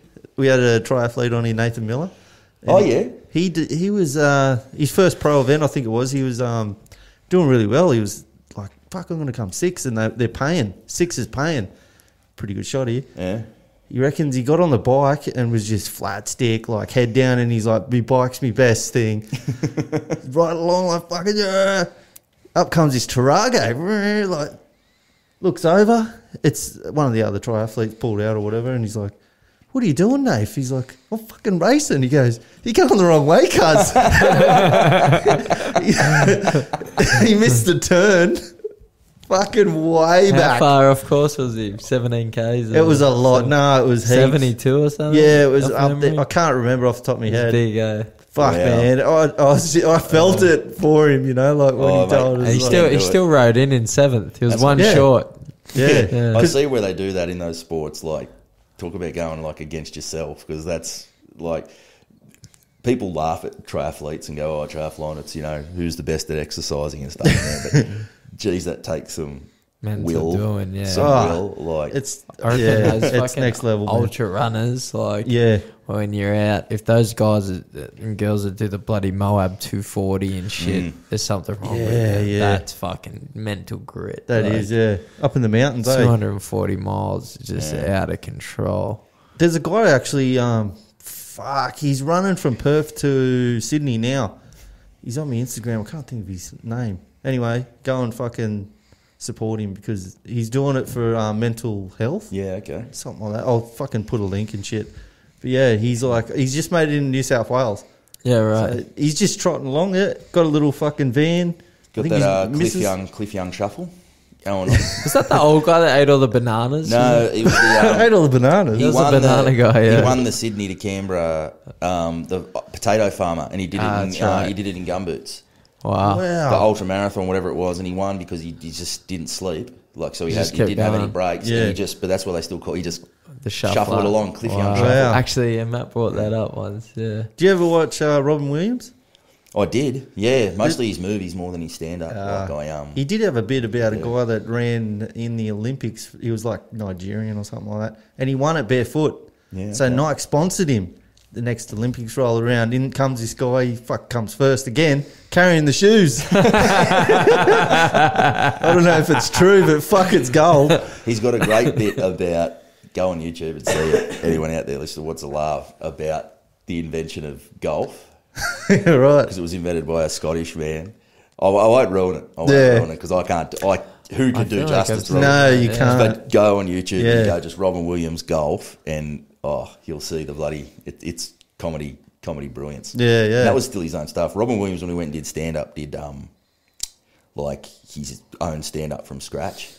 A lot of the guys that go to movies and stuff, but they're comedians, they'll do a Netflix special as stand-up, but they've had a whole bunch of joke writers write their stuff. Yeah, right. And that sort of stuff. But Robin Williams... Who can write for Robin Williams but Robin Williams, you know? There's a part, I think it's in Good Morning America. Oh, Vietnam, America. Yeah. I've got two movies going on in my head. Yeah. Anyway, good show, Good Morning America. Yeah, the bit where he's in the office, it's like it was off the top of his head because you can watch the kid laughing his head off, and he ain't acting because you can't laugh that hysterically. You know what I mean? It goes for like 3 minutes, and he must have been just. Ripping yeah. So he did a lot of that with because obviously my introduction to Robin Williams, like most people, was the genie in Aladdin when I was a kid. Yeah, right. And he plays like that, and he just he made so much of that up and just ad-libbed it off the cuff and all that sort of stuff. Yeah, and that was how I did it. Like he's a once in a generation sort of talent. But as you know, it's the sad side of it. Like there's a lot of darkness behind it. Like the funny.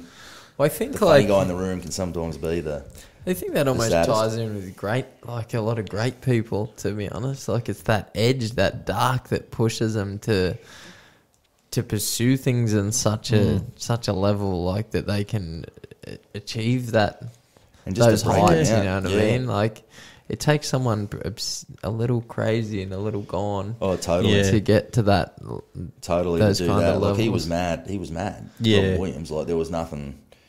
They all are. Like, look at Richard Pryor. Richard Pryor's the greatest stand-up ever. Yeah. Like, no one's been better than Richard Pryor, and you won't get much of an argument anywhere else. Sets himself on fire and then jokes about it. His life was absolute chaos. Like, married 7 times. Like, set himself on fire. Like, smoking crack, wasn't he? Smoking crack. Like, his life was out and out, like, insane. Chaos from when he was a kid.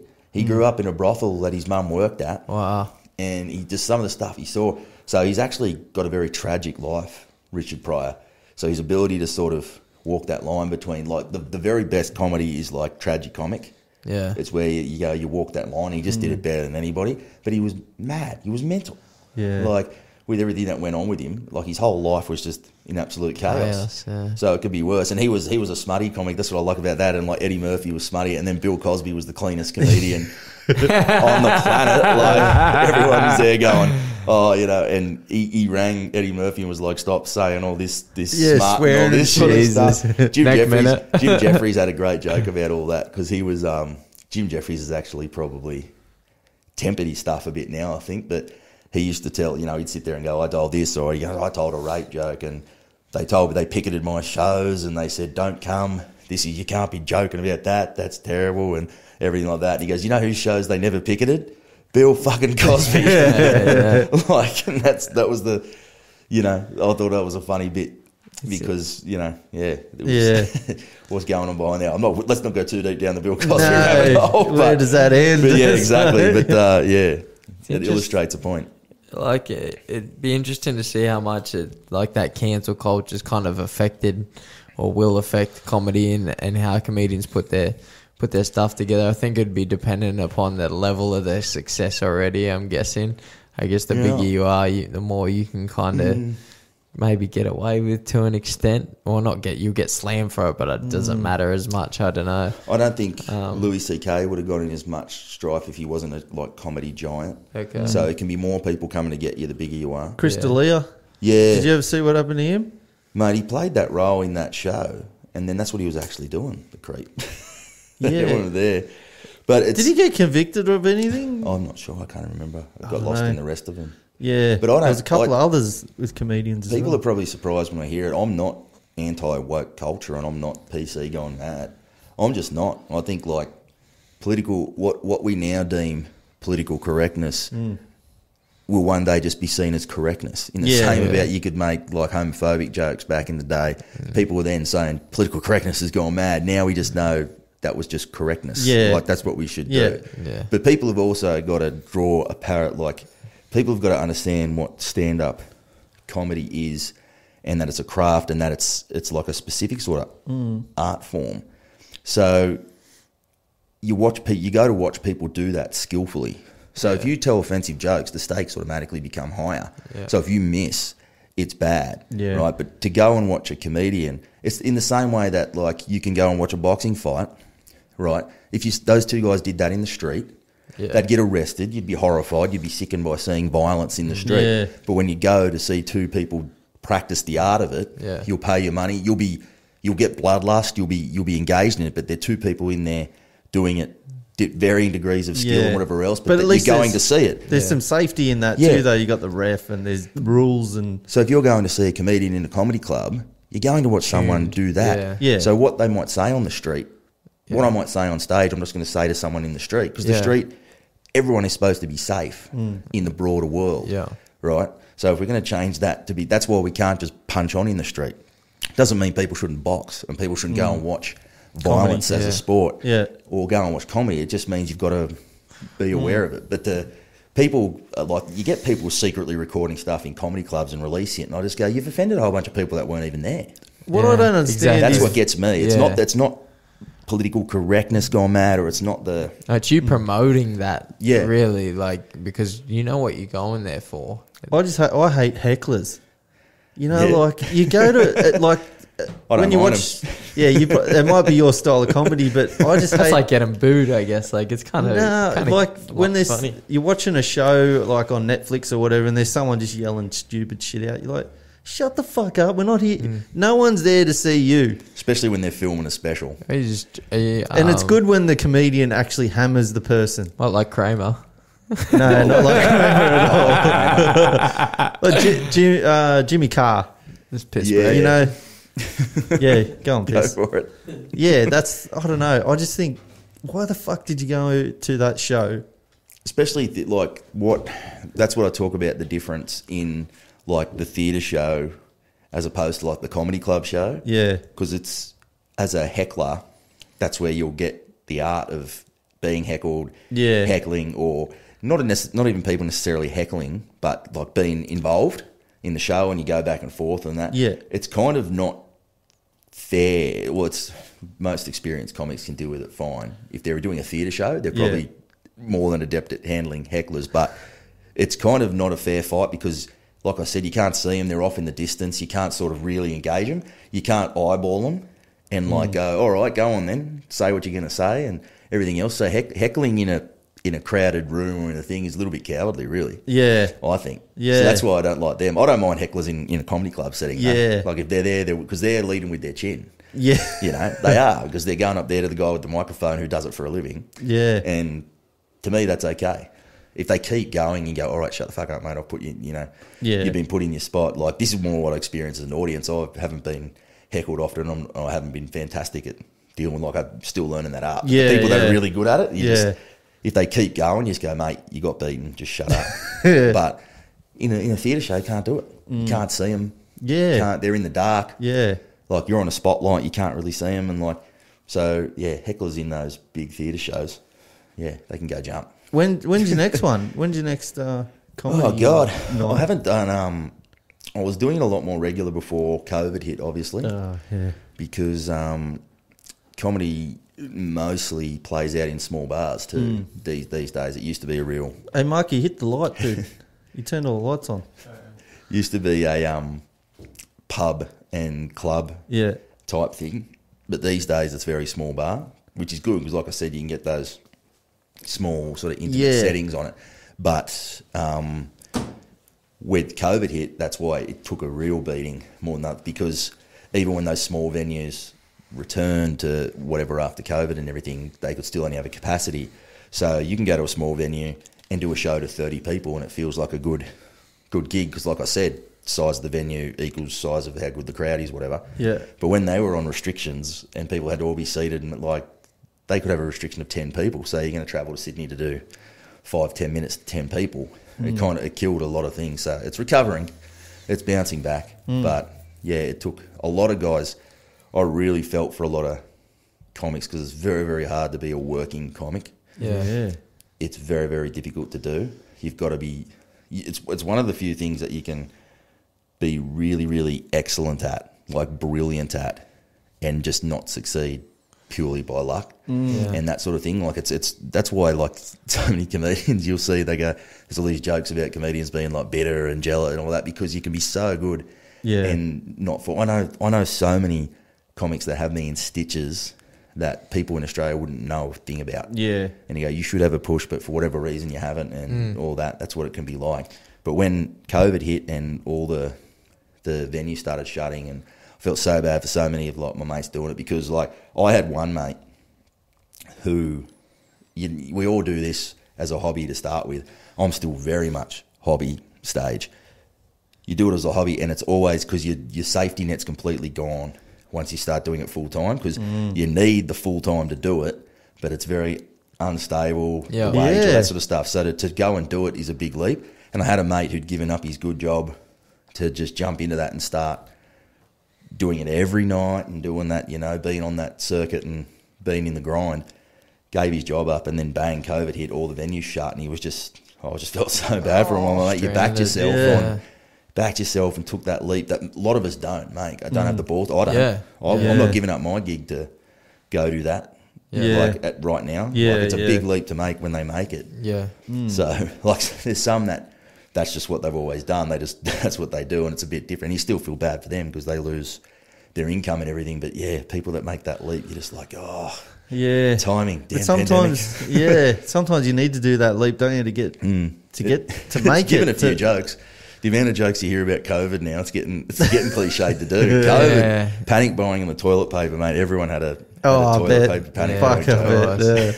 I didn't. I couldn't come up with one. It's like overload. There was enough fucking Facebook memes about it. Yeah. Oh man, aren't they quick now, man? Like, when it's the one thing I love about social media is when something happens and you just go straight to your Instagram or something. Already someone's done something that's absolute gold, and just like, that's just brilliant.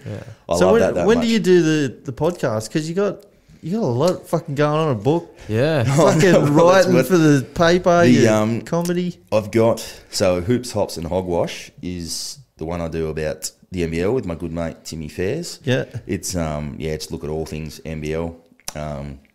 Going through this season, that has been something else, like 36 games stuff. Like it feels like, I said on it the other day, it feels like, in basketball where they're talking about the playoffs, they're like, and they just have to win the best of 32 series to and it's just going on, because that's what it's felt like this year, because it's just been long. Played more games because they had this cup and everything, so it's been a grind. We'll bring it back next season in a sort of revised, I think, shortened format, I think. Yeah, right. Like shorten the time. Shorten the time, more Hawks focus, but it's been a lot of fun doing it this year. Yeah. Basketball is still, because it's struggling for mainstream media cut through. Okay. It's really good podcasts out there. It's a really good podcast sport. Like in rugby league, there's a lot of mainstream media, so some podcasts. The podcasts I've seen on rugby league haven't been that good, though. There's a few. The big ones. There's a few. But, if you're doing that, you're competing with the Channel 9, all the ones that have the push. So rugby league's a hard thing to get cut through in. But I do From the Hill every week as well. It's a nice little short look at rugby league in the Illawarra specifically, so not the NRL and Dragons, like Illawarra League, Dapto Canaries versus Corrimal Cougars and all that sort of stuff. Yeah, so I do that too. So I've got a couple going on. Yeah, writing for the paper, but idle hands I'm not good with. It's weird because I'm certainly not one of those work ethic driven people. I'm actually quite a lazy fuck, but like I somehow end up with these dabbling with everything. Yeah. Like, so I don't want it to all give the impression that I'm just a go getter and always on the go. I'm not, but somehow just I've got these things happening. Stuff. I'm just mediocre at a lot of things. Well, it's like you're just doing things you kind of enjoy, right? That's it. Yeah, you got to make it interesting. Yeah, that's why I like doing it. Do you think? I was listening. I talked about it last week a bit about. So I listened to a podcast with Jordan Peterson and Jocko Willink, and two pretty serious dudes, as Matt fucking goes on about. But anyway, good. So Jocko Willink went and studied like how to write and majored in English, and Jordan Peterson's like, "Why'd you do that? You're a fucking Navy SEAL." Like, and he explained like the power of written word, and you don't really realise, like, if you want to keep a civilization weak, don't teach them how to fucking read and write. Like, we get this shit given to us at school, and no one really pursues it. Mate, how do you think that's... You are 100% right, because that is exactly how you keep people, because that's why for so many years you could get executed for owning a Bible written in English. Yeah, back in the day before Martin Luther and the printing press and all this, it was a crime to own a Bible in English because all the money and all the power was with Catholic Church, and they could read Latin. The people couldn't, so we don't want them informed. We don't want them to be able to read and go, this seems like bullshit. It's what everyone's done since they could read English. But that's what happened everywhere where you've tried to keep society illiterate.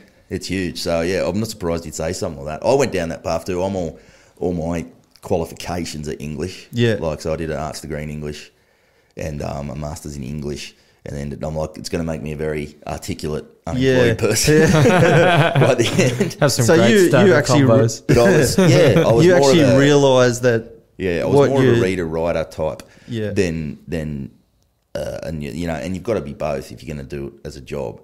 But I think everyone should more towards the writing and the reading and writing side of it than the news hound sources ringing me at 1 a.m. type stuff. I'll do that, and you do it. That's your job. You've got to be good at all of it. But my natural bent is slightly more that way than that way.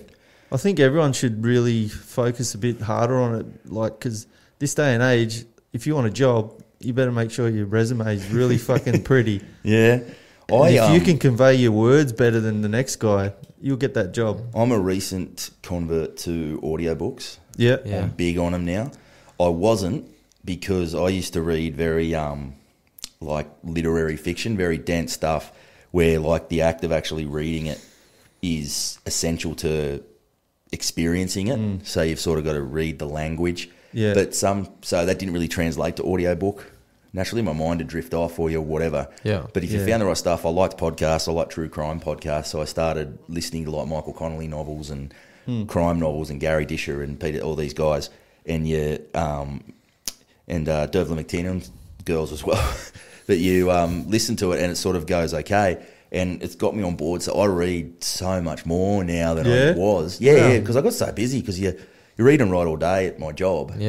Like, so you going home and reading for pleasure's a bit, it's a bit much. It's hard to get started. Once you're absorbed in it, it's good again. But it's hard to work up the initiative to open a book and read it. So audiobooks when I'm going for a run which isn't very often, when I'm going for a walk, or when you just they get are around good, the house doing stuff. They're great. I did my first one.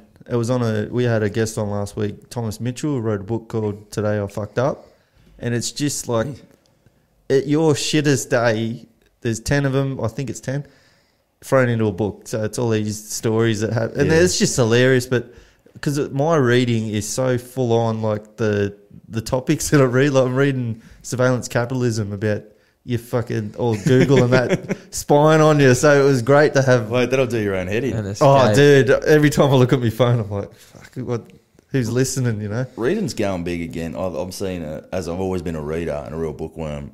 people want to read again, man, because they want to be away from a screen. The shit, yeah. You know, it's kind of different. Yeah, I like it as a trophy as well. Yeah, so once I finished, put them up on the shelf. Yeah, I did that. I used to do that at uni. I used to like with mates that were like, have chicks around. They go, I don't want to think I'm a dumb fuck. I'm like, here, I'll give you like 4 books and put them on your bedside table for them. And just be like, put that there. Maybe not the Kama Sutra. Yeah. Like, you know, War and Peace and, you know, Madame Bovary and The Great Gatsby and all this sort of stuff. Yeah, you just go, I'm a reader of the classics. Just like, So, yeah.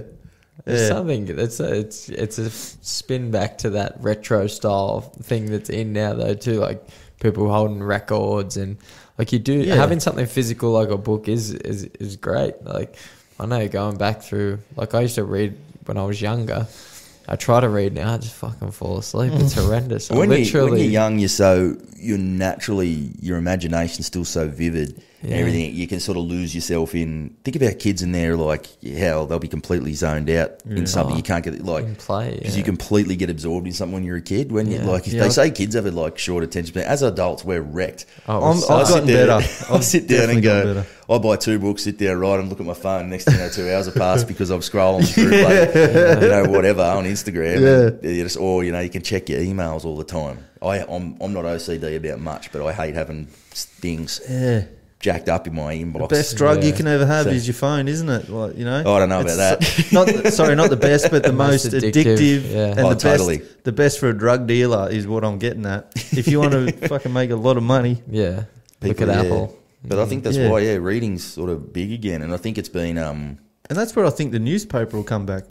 Yeah, people read, but it's just there's been a breakdown in books in particular, in reading in particular. There's like now there used to be this split between you're reading good stuff or you're just reading pulp crap. Now there's like it's kind of taken the piss out of it. Sort of the way like in film Tarantino's made pulpy crap movies cool and but also very clever and very intellectual as well. He's it's like breaking down, so you don't have to be intelligent to read a book or one of these smart people to read a dense book and all that sort of stuff. You can read whatever. So people do it now. I think it's going big. I hope so because I'm writing a book. So I hope it's all on and up. I hope it's all on and up. We'll do a review for you. Yeah, we could do a review. That'd be cool. You better read. I'll fall asleep. When I finish it, I'll give you the audiobook version. I've got That'd be great. I do. I literally do. Right. I've recorded it into the old Roadcaster. So I sit there and I do it. You read it into the Roadcaster, and then when you're driving in the car, and listen back or to you're it. walking, you listen back to it, and you realise which bits are too long, which bits are unwieldy, which bits don't make sense, things that don't when you're like absorbing it, you're writing stuff, and you can't see it in its totality. You're like, then you'll listen to it back and go, oh wait, that can't happen because that happened back there, and you get your chronology right, and that it was dead set. Audiobooks got me into that mode, and I'm like, I'll do my own audiobook. I should start doing audiobooks like of the classics in my voice. Have you ever like the tried Great that? Gatsby? No. I don't know if many people want to sit down to like, you know, War and Peace read by Mitch fucking Jennings. Who knows? Forward by all this. I don't know. Maybe it might keep Mark awake if he's might be enough to keep you awake. I mean, I listened to I think I've done two or three books this year, and I've gone back and listened to bloody the Goggins book like 4 or 5 times. Yeah, I've got to do that one on audiobook. Teddy Atlas's I've done twice. I want to do a link. I've done, I haven't done Teddy Atlas's. It's not a bad listen. Like he's a bit. I know he's a bit dramatic at times. But he's his compelling. Philosophy, exactly. Yeah, and his philosophy of the sport is, it kind of rewards the sport of what it's worthy. I think like he appreciates it for what it is. So. I reckon anyone too, someone like that. You can read them talk about their sport, even if like I'd lap that up because I'm a boxing guy. Yeah. But like you hear people write about soccer or write about swimming or write about something. If they're that into it, they interest you. Yeah. You're just like, okay, yeah, like it's everything. If they're a deep thinker in that sport, it can do it. Even if I don't really like that sport. Yeah. Like baseball has a huge tradition in that. It's such a written about sport. Probably because the history of it too. The history of it, but it's so much dead time in it. Yeah, like in baseball, nothing really happens. Yeah, you could sit there and write, no problem. Yeah. So it's always been a very narrative sport to write about. And people write whole books about it. People write non-fiction about it. People write fiction about it. Like It just captures that imagination. And I'm not a baseball guy, but I'll get caught up in the stories about it more than anything else. Yeah. Because it's, it's a fucking boring watch. It's just to watch a whole baseball game. I'll be honest, man. I'm like that with cricket. Like, I can't take to it. To be honest, I'd never watched really a full game of footy until this year. Jeez. I've started watching like the Dragons play. Just, but I actually went to my first live game. It must have been a few weeks ago when they got smashed by. Was it the Tigers and Dragons? They won at Wynn Stadium. Yeah. Who'd they play? They played Tigers. It would have been the last time they played there. Yeah. Mate, I remember that game so vividly. I don't remember it that vividly because I am on leave from work at the moment. Yeah. Just because we had so much banked up with COVID, we've all had to take a bit. At times we traditionally probably wouldn't. Yeah. So he took a bit, and I'm like, beauty, because I haven't been to a game as a punter in years. So I'm like, great, I'll go down there, I'll watch the game, and it turned out to be the lowest game of footy you've ever seen in your life. It was a horrendous game of footy. Well, I'd never watched, and I actually trained one of the players' wives. She boxes with me, and being invested in someone on the field for once, it's like I was like being a sportsman as well. Like, I know you get those nerves, and I've always been more nervous watching friends do stuff than within myself. So there was that element to it where I was excited to be seen and perform, and then they just have like a shocking game. It was a bad game of footy, man. That one was really, really bad. It was the one I went to as but I don't watch.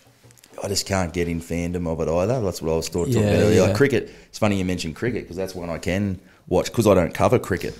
Yeah, okay. I would if it came up, but we don't have. Like we have an NRL team here in Wollongong, so I cover that. We have an NBL team, so I cover that national competition. Yeah. But we don't really have there's no cricket team here other than New South Wales and whatever that we don't cover. Yeah. And we have a cricket writer at work that does all our cricket. Yeah, right. So I don't write it, so I sit down and love it and watch cricket and just go, I love it. I'm just completely, can sit back and watch that as a fan again. I've come back to it. I loved it as a kid. Like I loved everything, but I didn't watch a lot of it. And cricket now is like the one I do sit back. Cricket and horse racing. Yeah, I don't mind the cricket. The first game my dad ever took me to the cricket was Australia, and I'm going to fuck it up because I forget. I was only like 10 or 11, and I think it was West Indies, but I'm probably wrong. It was come down to the last 6 balls. Bevan, I don't know if you remember this. Yeah, I do. Got down to the last 2. Against the West Indies. It was at West Indies. Straight down the ground. And he had to shuffle across and hit it down there with Glenn McGrath batting with him. Fuck, man. That was the West Indies. That was my first game of cricket, being at the stadium. That would convert you. It rained chickens. Yeah, people were taking... It was back in the day where you could drink. Yeah. So I seen people blind drunk. I was like... I'd never seen people drunk because my dad didn't really drink. Yeah.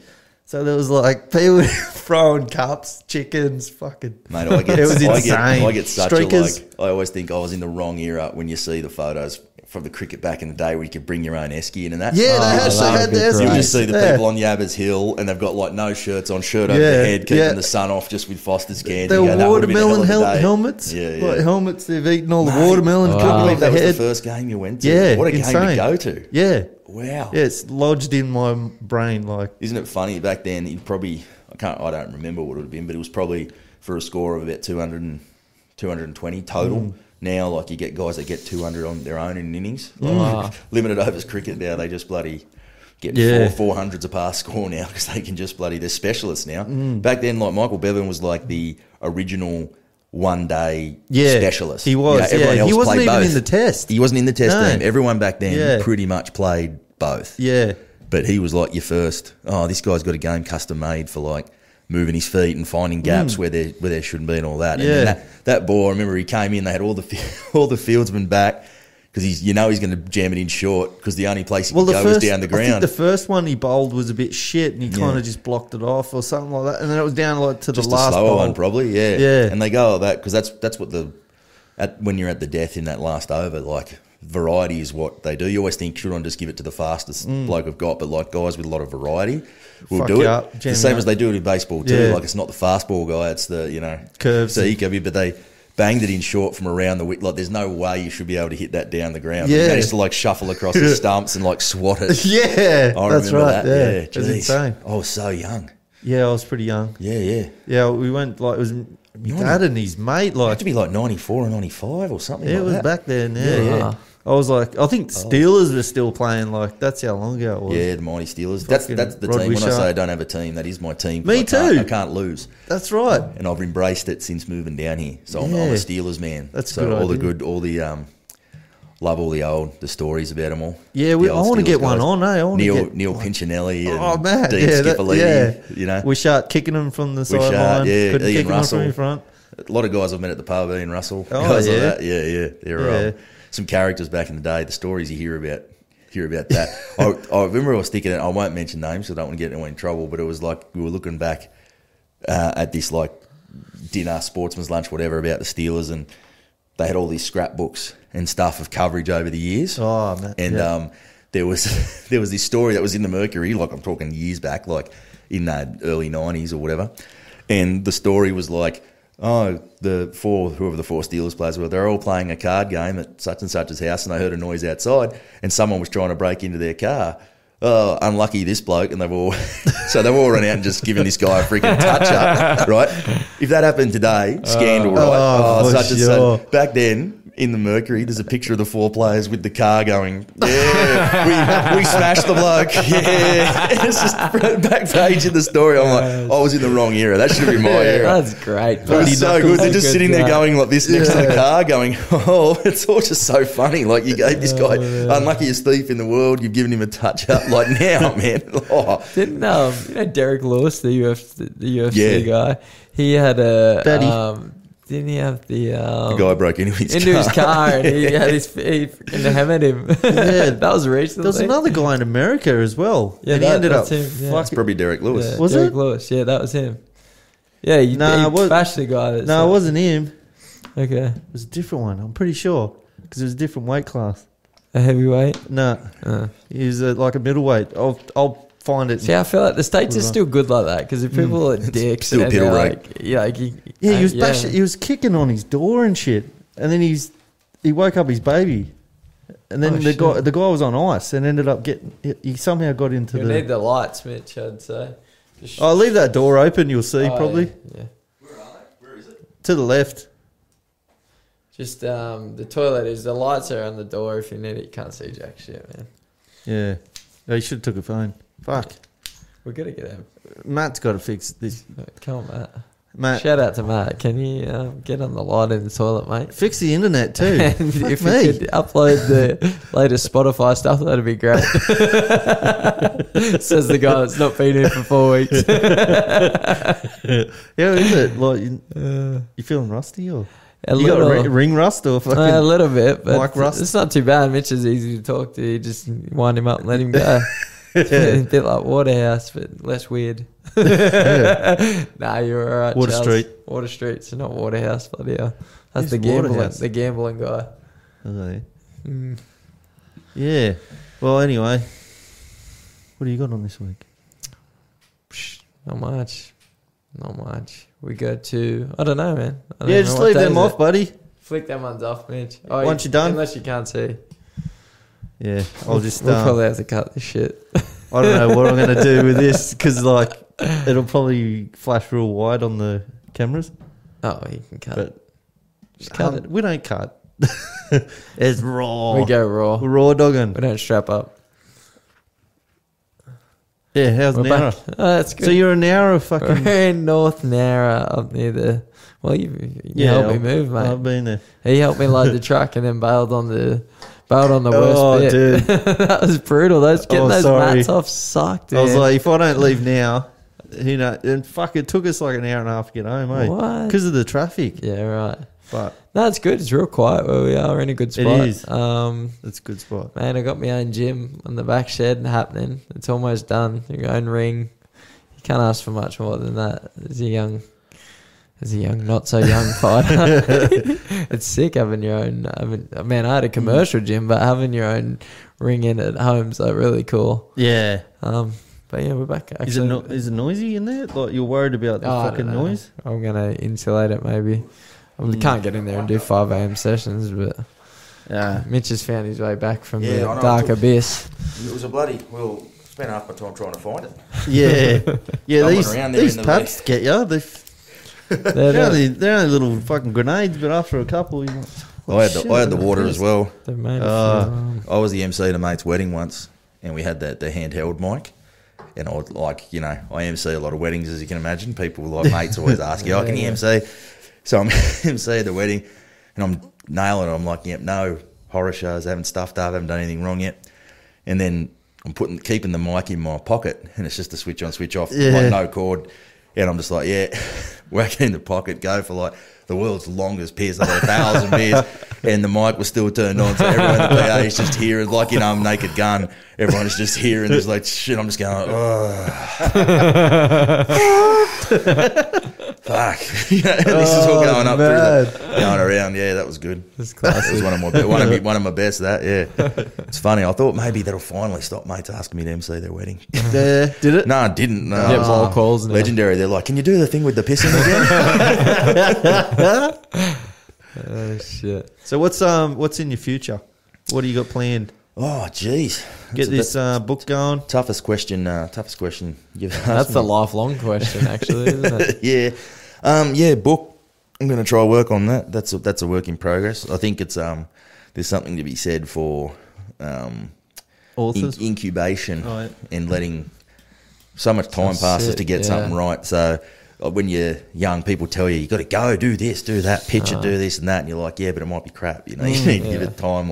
So just doing that, and I'll be I've been on a little bit of leave at work, as I was telling Mark, just with COVID and all that, and so we do a bit of this there. We all had to take some, so been on leave, so haven't been doing a lot of hands-on stuff. So looking forward to getting back into that, and some podcasting, all the rest. So just going to keep on keeping on. The dude abides, as they say. Sharpen that comedy sword as well.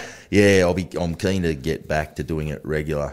Yeah, because you do get rusty. It's not like riding a bike. It's really not like it. Well, if you're really good, if you're Dave Chappelle, then but when you're still very much learning your craft, it's you got to keep doing it. Otherwise, So But where is the comedy? You just only at Dicey's, or do they? The Dicey's room doesn't really roll anymore.